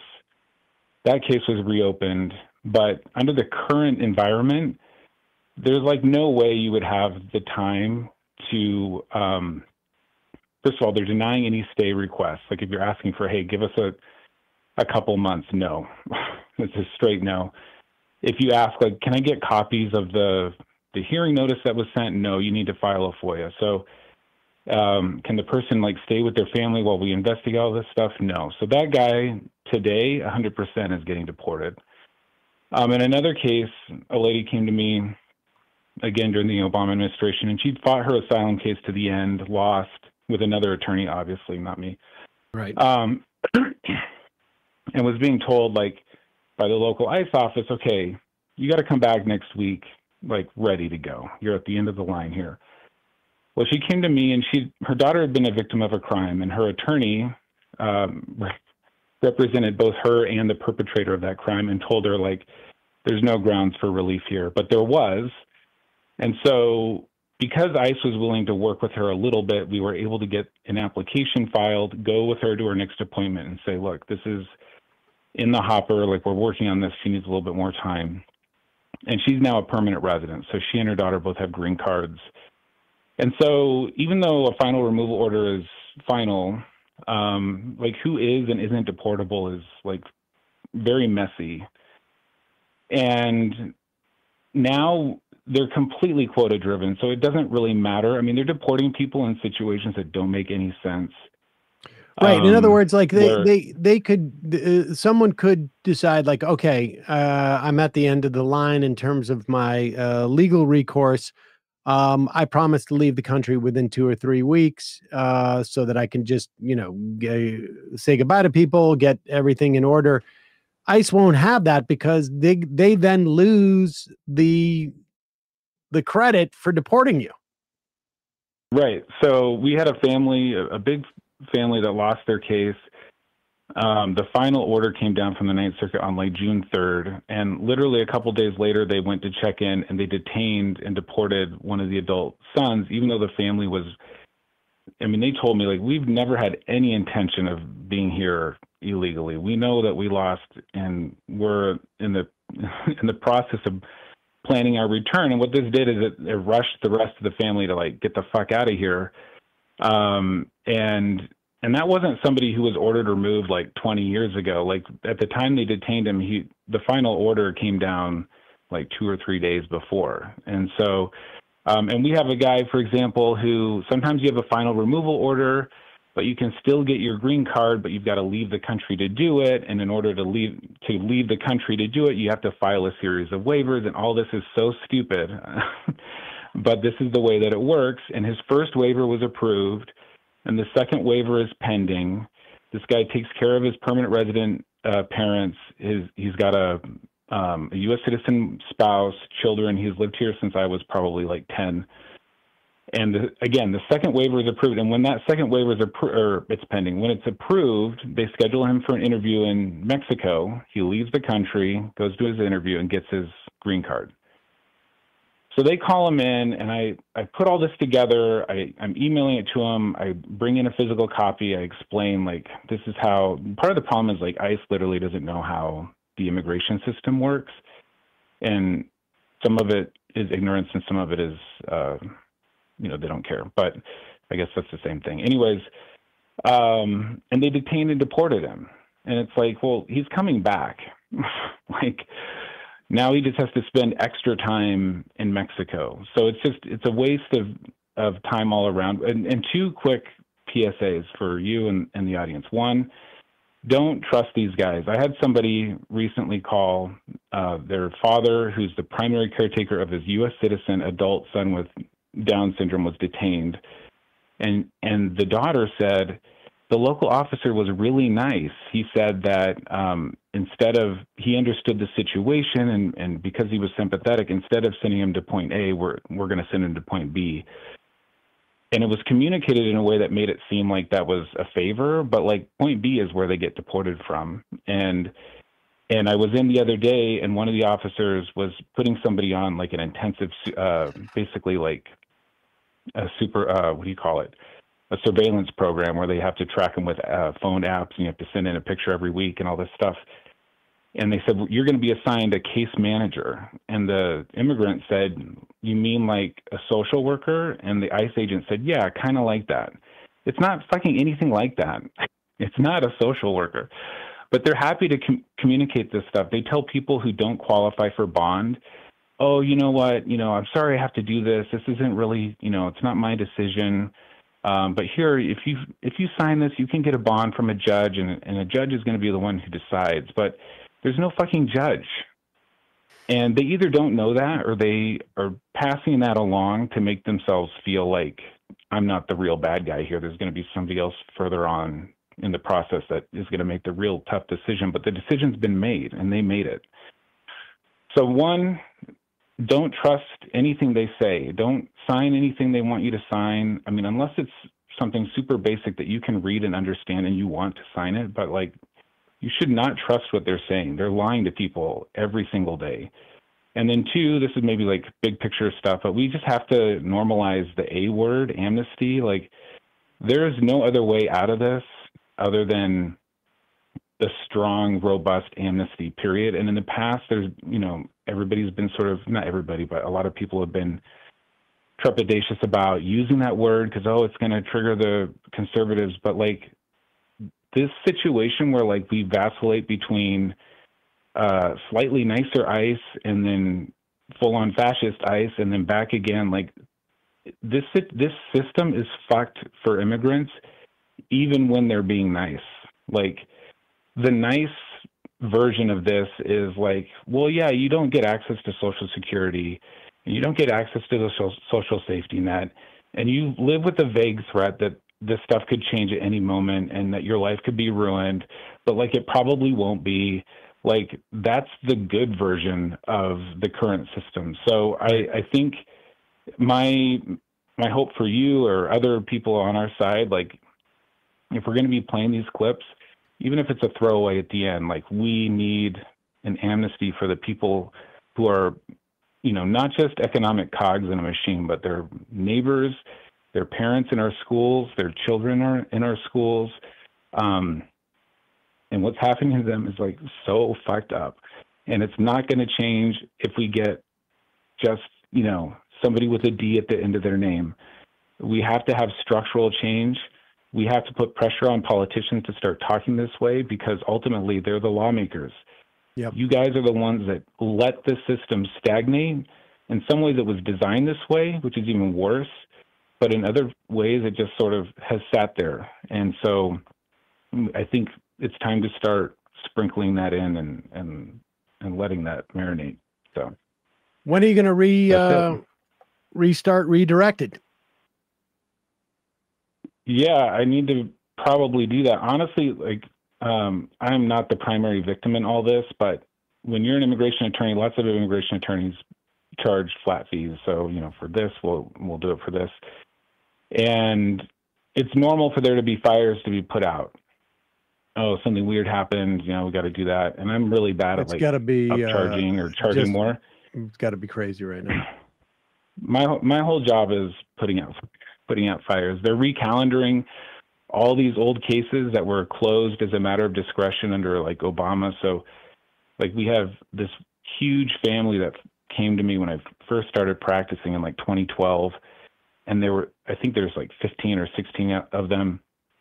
And they were, there was a disbarred attorney who filed asylum applications for all of them, promising like, you're going to get your green card.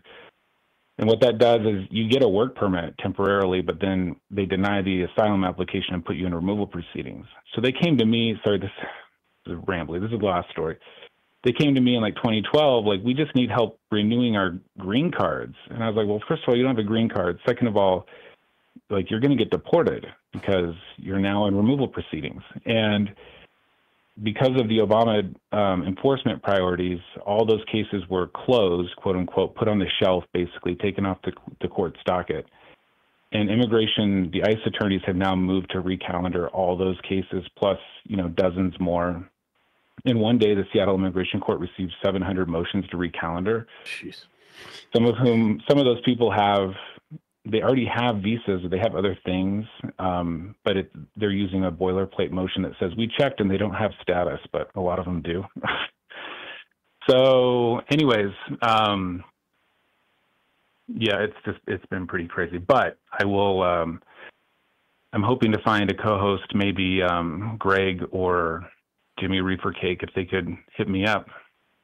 I think we could tag team it and great things could happen. So, well, people are bringing up Chris Lapaco in the the Chris Lapaco in the the chat. There's a name from way back. Yep. Yeah. Well, hang in All there. right, thank you. Hang in there. No, take care. Thanks.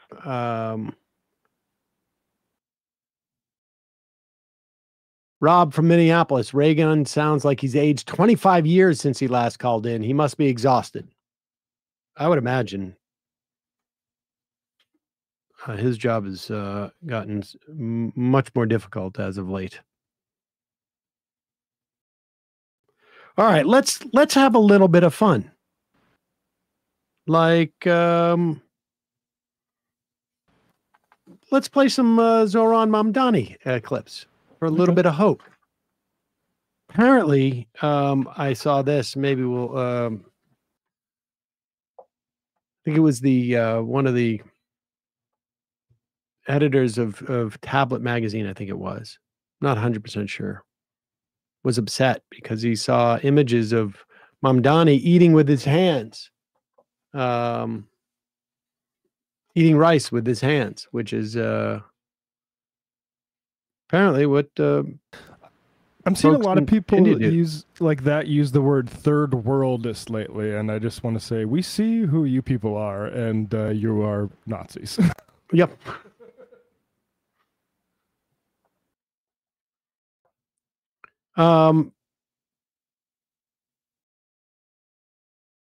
Here is Mamdani on MSNBC. This is with Kristen Welker on Meet the Press on Sunday.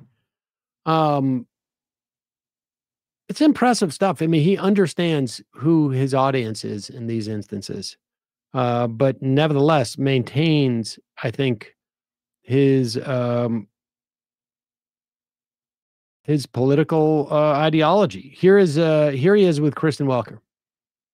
All right. You are a self-described democratic socialist. Do you think that billionaires have a right to exist? I don't think that we should have billionaires because, frankly, it is so much money in a moment of such inequality. And ultimately, what we need more of is equality across our city and across our state and across our country. And I look forward to work with everyone, including billionaires, to make a city that is fairer for all of them. What's fascinating is the way that this question is structured. Do billionaires have a right to exist? It's like I was born like it's something that's like intrinsic to them. The question isn't whether billionaires have the right to exist. Yes, they do. They do not have a right, or they should not have a right to have that much money. They can call themselves a billionaire, but they should not be allowed to have that much money. No one should be. Matt should not have the right to have $1 billion. Sounds stressful. No one should have the right to have $1 billion. Brian, I'm sorry. You should not have the right to have $1 billion. It is antithetical to our democracy. You can't have this type of wealth concentration. It's a problem. We see it every day. Here is Mamdani on weekend primetime on MSNBC talking about his plan for the New York Police Department. And here it is. I've shown over the course of this campaign a clear recognition of the fact that police are critical to creating public safety across this city. And my proposal for the Department of Community Safety is one that was born out of my conversations with rank and file officers who have told me time and again their frustration with signing up to join the police force to tackle serious crimes and then being asked to play the roles of mental health professionals and social workers and fielding 200,000 mental health calls a year. And ultimately, my desire is for the police to be able to focus on those serious crimes, to be able to do their jobs by stopping asking them to respond to nearly every failure of the social safety net. And that's why we have put forward this proposal to create a department that will tackle mental health crises, homelessness, victim services, hate crimes, gun violence, so that police can go back to those 7 major categories of crime we see in CompStat. Because ultimately, New Yorkers deserve to be safe. They deserve a police force that is able to focus on keeping them safe. And what we've seen is that in 2025, in the first quarter, 65% of crimes that were reported are yet to be solved. We need to make it easier for police to focus on solving those crimes. And I've been very clear, we're not defunding the police. We're sustaining the headcount of the police department and allowing them. This is interesting to me because, well, first off, I totally agree that we should be taking, or I should say, I believe that we should be taking resources from police departments and putting them towards services for residents, citizens that are more appropriate. So if you have people who are having mental or emotional issues, you send someone who is trained in dealing with those things and not a cop who's going to make it end up being, end in violence. And I like how he says, like, we're not going to lose the head count. But I wonder how much overtime we're going to lose. There's a lot of opportunity to maintain the size of this police force and transfer some of that that budget line into other essentially agencies that will de-violence, de-escalate, de-police a whole host of stuff. You don't need police doing the parking tickets. You don't even need police doing, in my estimation, traffic stops. But this is a good way to present this to the rest of the city because, not everyone in the city is a democratic socialist, but this plan to create an agency that would deal with people on the streets of New York is a completely common sense plan. There's nothing at all radical about this. It is just simply, it makes good sense. You wouldn't send a sanitation guy to go fix the sewers.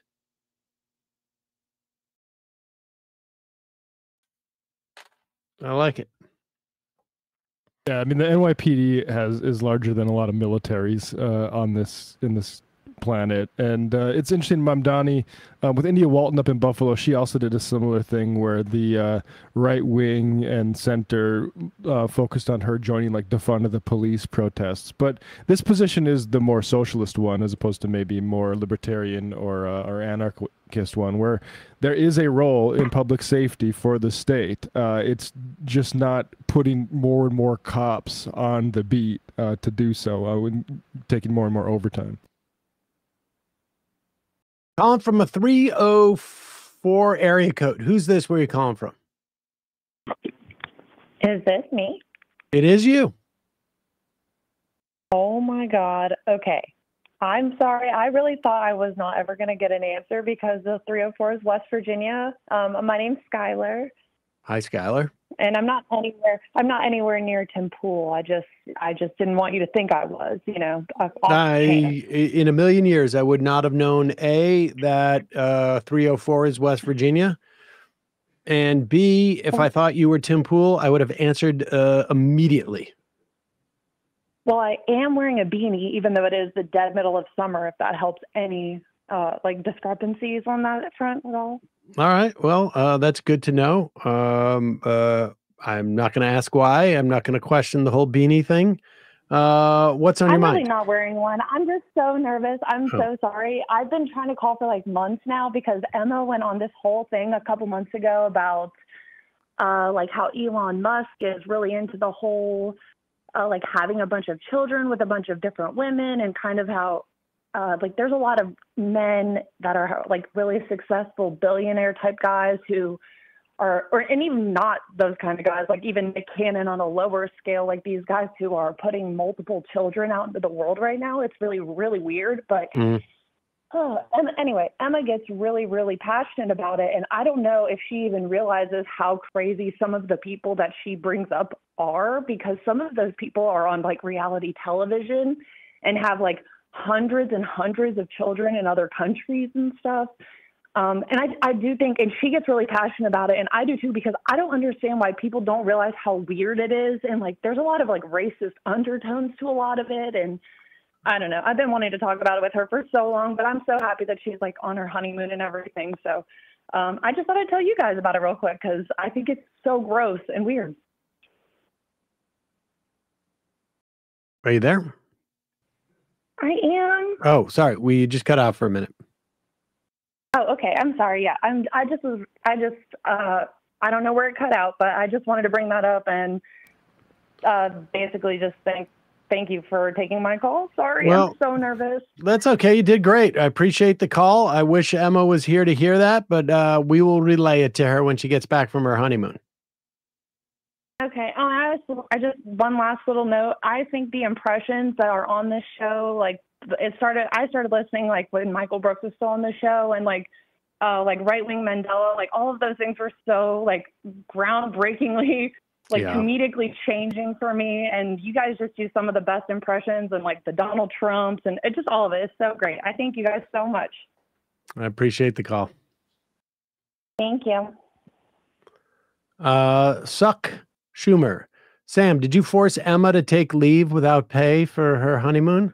I didn't force her to do that. I just said that's your option. If you want. It's voluntary. This is voluntary. Voluntary. She's more than welcome to quit. I mean, exactly. You have an option. At will. Yes.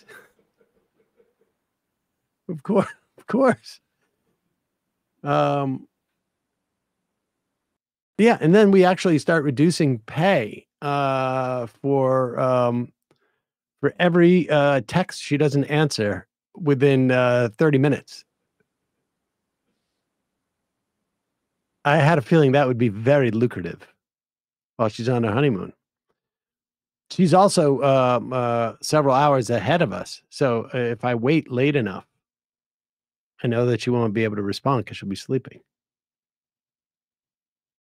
Kowalski from Nebraska. I just came to a startling realization. Sam, please sit down. We are closer to 2050 than the year 2000. Is time speeding up? Kowalski, what's happening to you is you're aging. I can tell you that I have it go by every day. I would say I have a realization of like, oh my God, I am closer to the age of 60 than I am 50. Oh my God, I'm closer to the age of 60 than I am 55.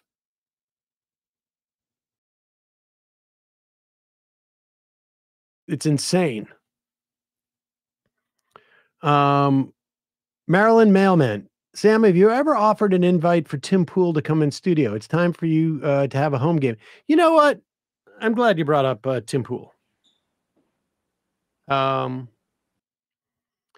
We have a couple of clips of Tim Pool. Let's start with the first one. Get into the real fun half. Tim Pool is mad because we mocked him for his really limp support of being anti-war. Now, if you're familiar with Tim Pool's work, you're familiar with the fact that he is known as a fence sitter because he is he doesn't want to really take any real positions because most of his audience is sort of right wingers, but he wants to sort of like be able to continue to do the old Alan Colmes thing. Sort of like a former, he was first a liberal who was, had conservative views. And then he was sort of like a former liberal who had conservative views. And then he's sort of like an independent libertarian, who has conservative views. And he doesn't like it when we point this out. He gets very, very testy about it. But here's a prime example of it. In a video that he's making complaining about us and me for pointing out that his anti-war stance is incredibly limp. This is what he does on his program. When was this from, Matt? The other day? This was just a couple days ago. Yeah, maybe over the weekend. And the funny thing is, he's like deep into this video, 6 minutes into this video, almost 7 minutes into this video, talking about how offended he is that we would say that he is not anti-war. And then he realizes, I guess, that he's on Rumble. he gets a raid from Stephen. Sorry, Sam. That's a little bit confusing on the sound sheet. That bit from Rumble is him being sort of anti-war a week ago. These are two separate clips. So he didn't say the Iran thing. The Iran thing is to show kind of how he proves his anti-war stuff, and we'll kind of show that. But this first clip is him reacting to the Bernie Sanders interview with Joe Rogan last week, and basically being mad at you the whole time. Oh wait, that's number one. But I want to see this one second. I want to. You want to see him? I want to do number 16 stuff. second. Yeah, I want to do Okay. This is this. So we're going back, and this is like a week ago, right? Or yes. so. Yeah, and this is not the clip that we reacted to. This is a week after the clip that we reacted to. Just to make sure people are clear. We reacted to a clip where he had a couple of people on who were cheering on the attack on Iran. And here is his supposed anti-war stance after Donald Trump, who he knows his audience wants him to show fealty to, attacks Iran. And just after he gets a raid on Rumble from Steven Crowder. So for him, this is like, oh, I've got this huge, potentially new audience. But I'm in the middle of talking about Iran, and I have to pretend like I'm anti-war for the people who have seen me before now. But I also have to pretend like I'm not that anti-war, so that people who Steven Crowder sent to me stick around and watch. This is the dilemma that Tim Pool has. Yep, exactly. The country, and it is an honor and a privilege for the raid Steven Crowder sends my way. Welcome to the Rumble Morning Lineup. Of course, I am entering the afternoon for all of you. I am your host, Tim Pool. Follow me on X and Instagram at TimCast. Smash that like button. Share the show right now on all your social media platforms. Turn up the knob and rip it off. Let's read the news here. From the New York Times. Officials can I'm see. sorry, I just have to respond to that. He's so excited. I have a new potential audience. We're going to turn up the knob and rip it off, everybody. And I should say he said that without, there was nothing ironic about it. No. This is so embarrassing. But now remember, he's got a dilemma because he had already queued up the Iran stuff, which he would have never, ever, ever wanted to talk about if Crowder was on, because now he's got this dilemma. How do I maintain this position on the fence? Well, bombing another country, what are you going to do? Yeah, Crowder, a big fan of the bombing. They don't know the fate of Iran's uranium stockpile. Both Vice President J.D. Vance and Rafael Grossi, the head of the International Atomic Energy Agency, acknowledged questions about the whereabouts of Iran's stockpile of near bomb-grade nuclear material. We have this story from The Telegraph. Fears over Iran's missing 400 kilograms of uranium. Now, many people are pointing out, hey, wait a minute. We got a picture of all these trucks, right? Which truck carried the uranium? Was it 1, 2, 3, 4, 5? Was it all of them? Some have stated, well, can't we track where these trucks go? Indeed. It's a good assessment. The issue is there's multiple trucks. You don't know what they're being loaded with, and they could be decoys. They're not there on the ground. Just because a truck is there does not mean that truck is carrying the uranium. So there could potentially be, let's just do some quick math here. How many trucks we got? We got 3, 4, 5, 6, 7, 8, 9, 10, 11, 12, 13, 14, 15, 16 trucks. Maybe. It's kind of hard, a little grainy, but it looks like about 16. You don't know which ones have trucks. These trucks could go to facilities. Pause it. Okay, and 16 more. So listen, he's so nervous right now. He's so nervous. He's trying to fill space without taking a position on anything. So he's going to speculate that these trucks were not taking uranium anywhere. Maybe they're all decoys. Maybe they're just taking computer equipment. Hey guys, we're about to get bombed. Let's just, because they want to get rid of the uranium. Let's take the computer equipment, and then people will think that we have removed the uranium. He's stalling now. He's trying to figure out how he walks this tightrope of maintaining an audience and his supposed anti-war status. 4 trucks could come out of each of those facilities, and those trucks get spread around. What happens? Sure, the U.S. can say, we've tracked all the trucks, but now we're dealing with 16 by 16, and then how many more? How many more locations are they not going to be able to track? Therein lies the big challenge. They say Iran claims to have smuggled almost all the country's highly enriched uranium to a secret location before the U.S. launched strikes on its nuclear bases. He's going to condemn it in a second. 3 of Tehran's most critical enrichment facilities, including its underground facility at Fordo, were pummeled by B-2 stealth bombers and a barrage of submarine-launched missiles early on Sunday. Submarine-launched missiles. That's crazy. That's crazy. So those are crazy. Long-range missiles. Very, very nuts. Sunday. Now, the one thing I do want to say, I am not for this. I know it's a rock and a hard place, and it's easy to sit in my air-conditioned building in the middle of West Virginia with no stake in the game. Well, minimal, to be honest. It's easy to just be like, why are we doing this? Without really knowing. But my point is, I do not feel that the U.S. has justified these strikes to the American people, the threat, the risk, etc. I don't think they did a good job. That being said, to those pilots and the crew on this mission. Wait, hold on. Wait a second. First of all, what's the rock and hard place that the United States is in? Where's the rock and hard place? We have successfully in the past had an agreement that ensured that Iran did not create a nuclear weapon. I'm just even giving Tim the benefit of the doubt. Like the rock is that they may create a nuclear weapon. I'm not even convinced that that's a rock, frankly. But let's just, for the sake of argument, say that to be generous to Tim, we had an agreement that prevented them from developing a nuclear weapon. Although we also know from U.S. intelligence, hasn't Tulsi Gabbard actually been in his studio? Oh, yeah. Isn't Tim like a huge Tulsi Gabbard? The director of national intelligence said that all of the agencies agree that they're not building a nuclear weapon.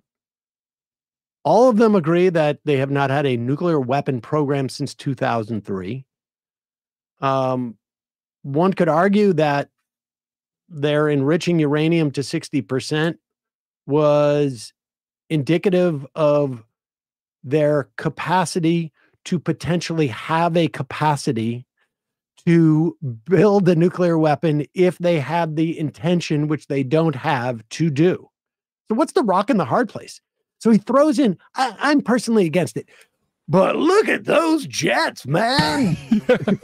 Also, I'm against it because they didn't tell me a convincing enough story. They didn't convince us enough. They didn't convince my audience enough. Their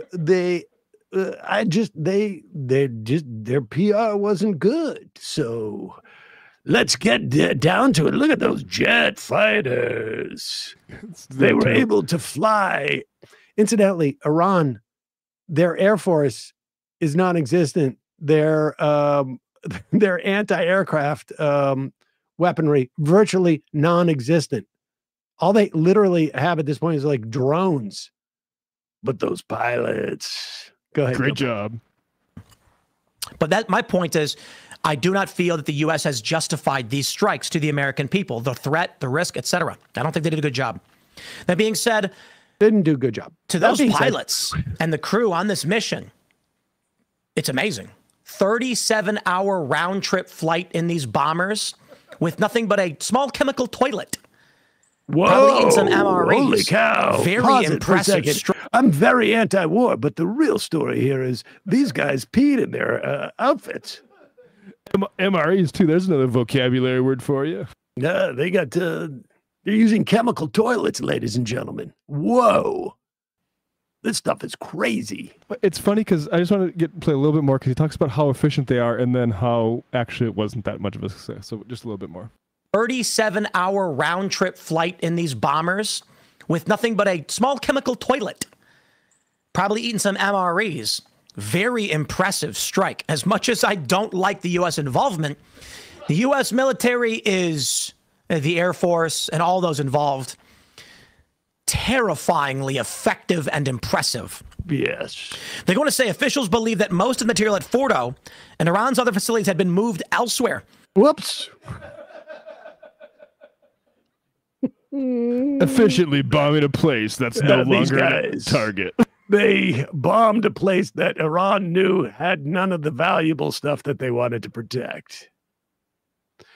But they probably ate a MRE. Why? I just want to say I'm against this. I'm a big idiot in Why the would you air-conditioned studio, need- but Why would you need an MRE? Why wouldn't you like just have food that was made like, well, it wouldn't last. It would probably have to be, like a peanut butter and jelly sandwich as opposed to something that might need refrigeration. yeah, I think 37 hours in an airplane is a little bit different than like being in Vietnam or something. Oh my God. So, all right, but that is, just to point out Tim Pool's bona fides. But the funny part is that when we did this video a couple of weeks ago, Tim must have gotten very, very mad. And just to fill in the backstory here for you, Tim invited me to his studio a couple of days before the election. And this is after he had said that I was blacklisted from every show and that he would never, ever have me back on because the first time he interviewed me, which was remote, incidentally, I sort of humiliated him, and it became a meme for a long time about his use of Thanos and his complaints that I didn't have a sense of being deontological, or what was it? What?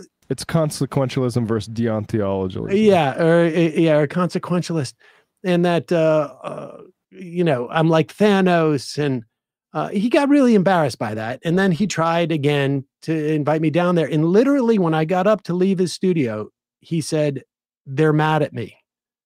And he's sitting at his computer, and I had to rush home. And I said, "Who's mad at you?" I thought his staff. And he goes, "My audience.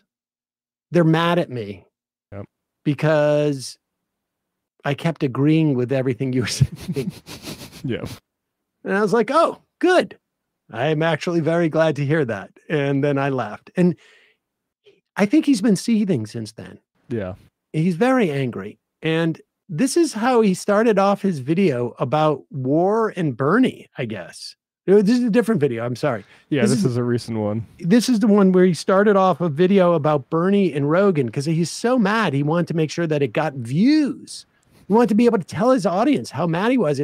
But what I find fascinating about it, and sure, we like to occasionally 2.5 hours into our show to have a little bit of a drama video.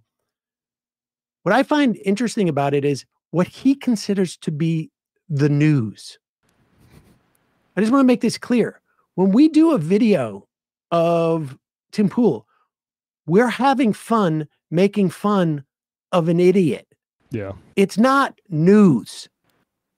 The news part of the show, when we talk about Tim Pool, is over. Here is Tim Pool. Just talk about the data. Sorry, let me slow that down. That was a little bit fast there. But when you don't know anything, it looks like someone is intentionally lying because you never checked. So the issue then for liberals who are in prominent positions, they know they only maintain their political power by misleading those who don't read the news and don't pay attention. And then for the average person who is actually just consuming news through sources, right? I'll put it this way. What is the difference between you? People consume news through sources? Is that what the average people do? I was going to say that too. What does he mean by that? By the sources for the journalists, or does he mean like the actual Fox News is the source I'm citing? It's hard to be sure. And don't pay attention. And then for the average person who is actually just consuming news through sources, right? I'll put it this way. What is the difference between you and any other liberal viewer? You watch this show where you're more likely to get something closer to the truth, and I show every news article in every segment that I make. So when I say something... Pause it for a second. When I was on his program and took him to task for his lies about Social Security, he literally said to me, I only read the first 2 paragraphs of the story. Yeah, So the story existed. He shows a screenshot of the story, but he doesn't read any further into it than he does show on the screen. But he showed it, Sam, so he should get some credit, even if the information was The contradicting what he was news saying. thing exists. I didn't write it myself. Didn't invent this. Like Joe Rogan and Bernie Sanders spar over big money in politics after Sanders complains about Musk's spending. There is a news source behind this. Perhaps they could be wrong, and sometimes they are. But it's not me asserting something to be the case. It's me referencing something claiming to be the case. Sometimes it's CNN, the New York Times, Politico, or in this instance, Fox News. These liberals don't do that. Or if they do, they take them out of context intentionally. That's the game they play. My favorite, of course, is everybody's favorite liberal, Sam Seder. I'm just kidding, by the way. He's actually one of the smallest personalities. To be fair. Wait a second. Can we find some small personalities that we can talk about? As opposed to... he is looming so large in my imagination. I'm not mad at all. I'm only obsessed with him, but he's actually very small. That's the point. That's the point I'm trying to make. He's very, very small. He's so small that we never even talk about him. Except for right now, we're going to talk about Bernie and then Sam Seder. These talk about Joe Rogan and Bernie through the lens of Sam Seder. Yes, and what he did to me. These liberals don't do that. Seder, when he doesn't do any sources, everything he's just completely, you never see him have a picture on his screen of the article. Why is that? Or if they do, they take them out of context intentionally. That's the game they play.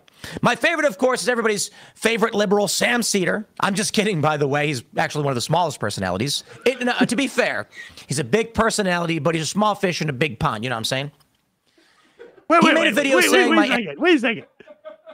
Am I everybody's favorite, or am I actually a small personality, or am I a big fish in a small pond?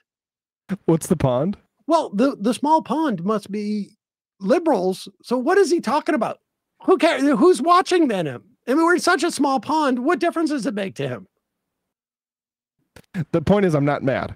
Just kidding, yes, exactly. by the way. I am not, this is my longest way of saying I am not angry. I have not just been seen a video and realized that I embarrassed myself again, and Sam Seder pointed it out to a bunch of people. That is not what this is about. Play. My favorite, of course, is everybody's favorite liberal, Sam Seder. I'm just kidding, by the way. He's actually one of the smallest personalities. To be fair, he's a big personality, but he's a small fish in a big pond. You know what I'm saying? Yeah, of course. He made a video saying my anti-war stance was a grift. Then he went on to show other people's opinions, not mine, and attack my because pause it for the a reality second. is, Matt, do you remember that video? Absolutely. Where were those other people's opinions? They were in the room with him, talking to him. They were on his show talking to him, and he agreed with what they were saying. Is that? Yeah, he participated in the conversation. In fact. Well, the problem I had in understanding what he's saying is he didn't have a picture of all those people in the room, and so I don't know if that's real. Yeah, this was the I thing need a about, visual aid. It was about their story about how Trump sort of knew that Israel was going to strike. This was 2 weeks at least ago. Okay.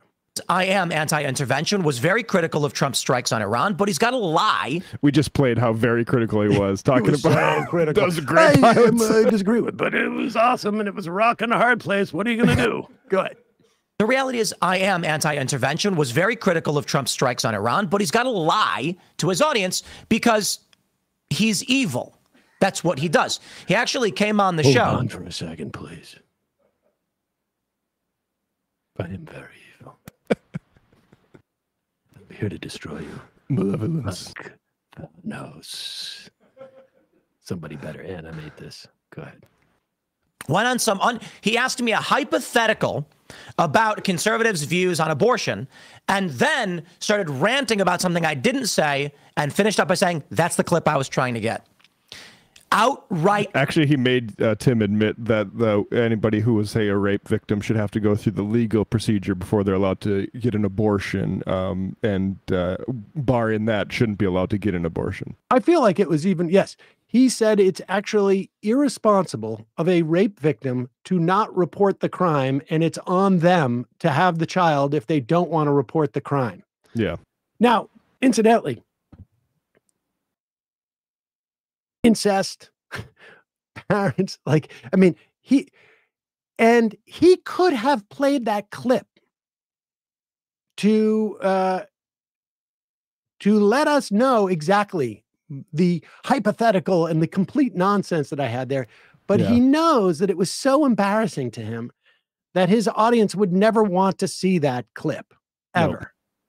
Nope. We will link in this video to that clip. I think we clipped it at the time. Yeah. And we always go back to play here. Because we believe in sources. And so we will link back to that clip for the news. Go ahead. Outright admitting, this is what they do.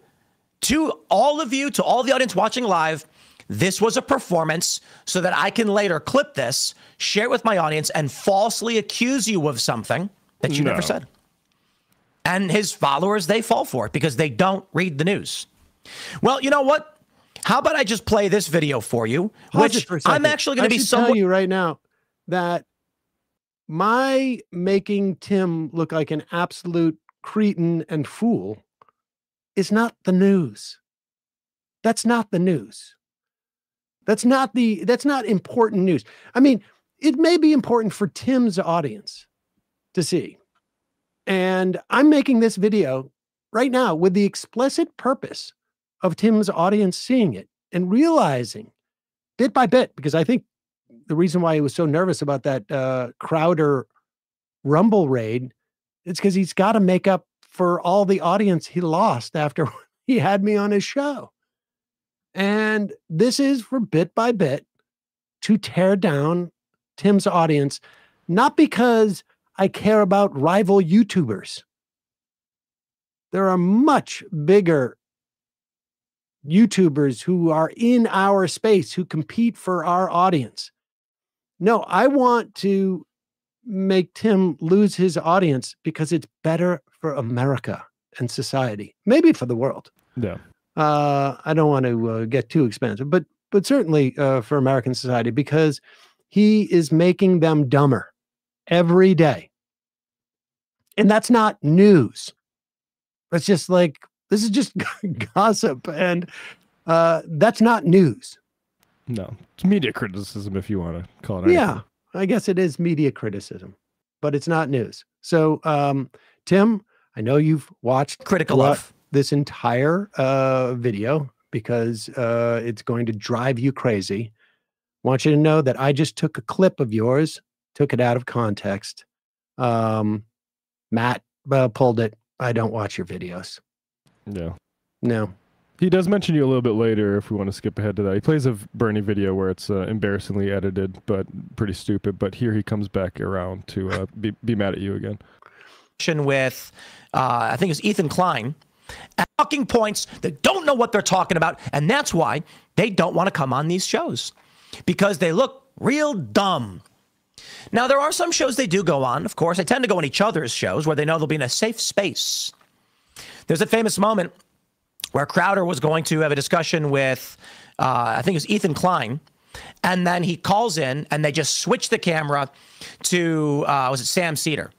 And Crowder's like, okay, I get it. Thanks. Have a nice day.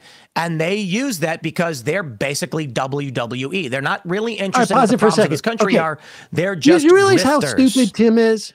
He's making the argument that people like me will not go on right-wing shows to debate them. Not only have I been on Tim's show, not only have I done the Jubilee, not only I will go on.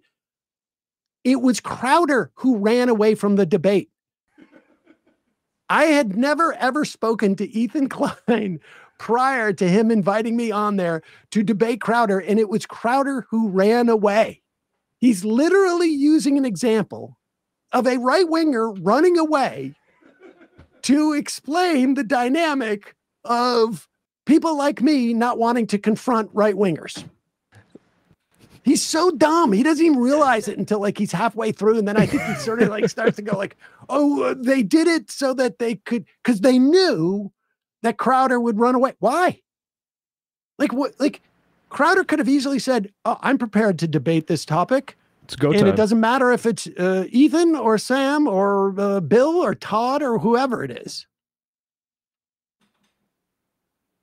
That beanie, I think you cannot wear that beanie in this type of weather. You need a more elastic one, I think. Yep. Amazing. Amazing. Let's go. What else do we got here? Let's see. You want to do Dave Rubin? I guess we might as well blow this stuff out. Let's take one more phone call, shall we? Calling from an 845 area code. Who's this? Where are you calling from? Hey, it's Ben from Queens. Ben from Queens. What's on your mind? Hey, how you doing? I've really enjoyed you having David Dayen on the past few times. I read his book Monopolized. It was excellent. Excellent. And on a similar topic, I actually work. Well, I'm not going to say that, but yeah. I'm critical of the private equity industry, and I'm curious if you have any indications or you think it likely that, with Medicaid funding being reduced and this being a risk to rural hospitals, I'm curious if private equity will do their typical thing where they swoop in, seize distressed assets, then either, keep the business running at like a cutthroat rate, or they just liquidate the real estate. I mean, I think it's probably the latter. I'll tell you something. I cannot overstate to you how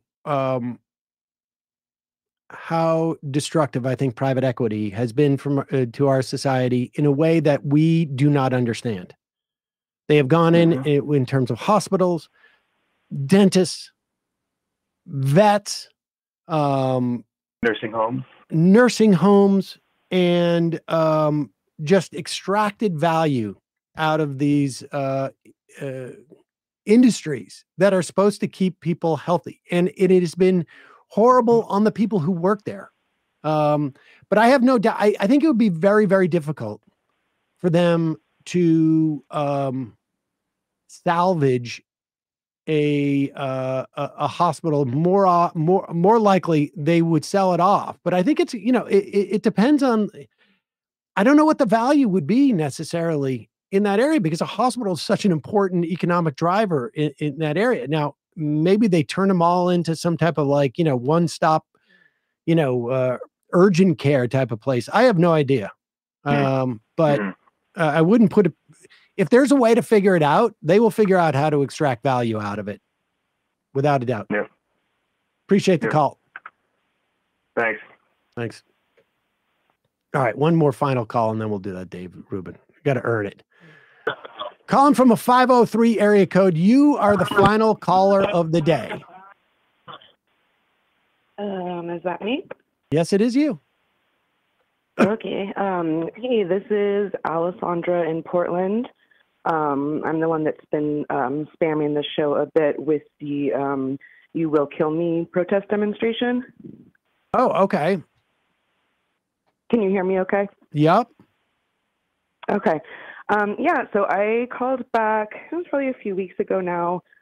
We talked for a little bit. I told you how I have cancer in Oregon, in Portland here, and I'm on the Oregon Health Plan.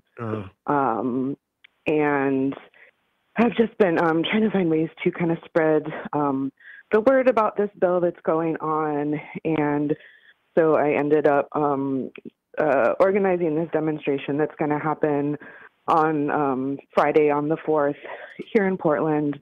And I'm trying to kind of just get the word out there for folks to show up locally if they're able to. For anyone that's not local or is but can't show up in person, there's the website is youwillkill.me. Talks about ways that you can kind of. Is it YOU or you? YOU? Yeah. YOU. Will kill me.org? It's actually .me. It's youwillkill.me. Oh, okay. Yeah. And the protest is this Friday, the 4th. Exactly. Whereabouts? Yeah. So Pioneer Courthouse Square, if you're familiar with Portland, it's downtown. It's not like at a courthouse. It's just kind of like a public gathering space. The demonstration itself is a die-in style demonstration. Not everyone seems to be familiar with that. So it is sometimes also called a lie-in. And the idea is that everyone lies down to represent potential lives lost. So like this was really popular, or not popular, but it was practiced a lot for like the HIV/AIDS crisis. Yep. So similar idea here, trying to represent the estimates change so often that it's like, it's hard for me to quote numbers anymore about like how many lives will be lost. But the most conservative one I've heard was like 16,000 annually. Yep. Well, two things. One, three things. One, we will post in the podcast and YouTube description of today's show. Thank you. Thank you. Leftist Dentist is suggesting post the protest info at Reddit PDX protests. Yep. And I would also, I did. Thank you. Okay. And I assume you also posted it in the Discord as well. Oh yeah. The Discorders know me and this cause well, and shout out to them because a lot of them really were the ones that supported me and pushed me into taking some kind of action rather than sitting around and being scared of losing my coverage. Well, great. My heart goes out to you in this situation. I can't imagine, watching this happen in slow motion like this. But well, and I kind of, like, one thing that I want to express, because a lot of the when I talk about this with people, I get kind of either the like, well, you're in Oregon and we have, our senators are great and we have safety nets and we have this and we have that, or on the other hand, we have people say, oh, you won't actually be cut, it's just, this and that.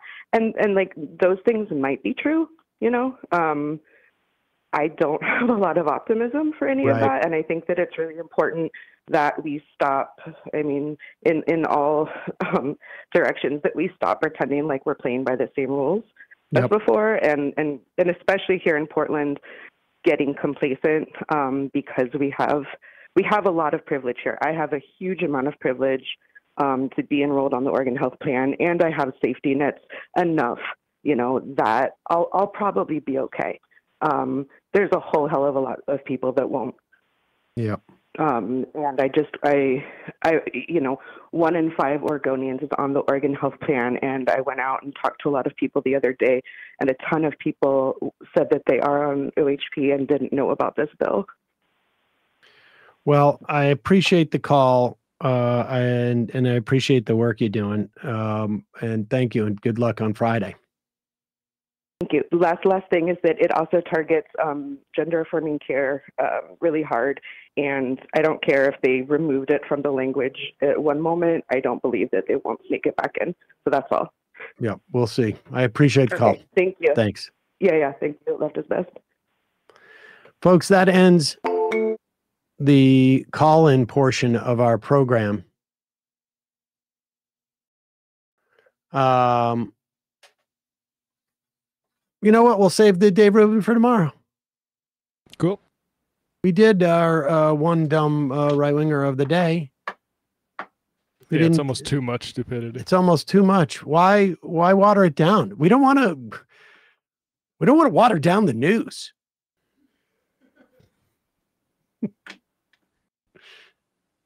There's too much news out there.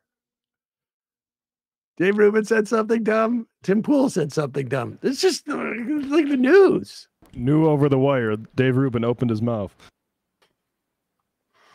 It'll be even better, I think, tomorrow when there's a wider understanding of the size of Mamdani's win in this election. Because Dave Rubin is freaked out. He's freaked out. Folks, that's our program today. Matt, Brian, Emma, in absentia, great job today. Folks, we'll see you tomorrow. It might take all the strength I got to get to where I want, but I know somehow I'm gonna get there. I wasn't looking when I just got caught between the truth and the lie bar, but finding out won't make me feel any better. Yeah, I know the clock is ticking, but the meds are gonna kick in, and my pilot light shining bright. I guess somewhere the choice was made for the option where you don't get paid, for the road that bends before it finally breaks you. I guess somehow I lost my drive between the 101 and the 5. Do you know how far the detour takes you? Yeah, I know the clock is ticking, but the meds are gonna kick in, and my pilot light shining bright.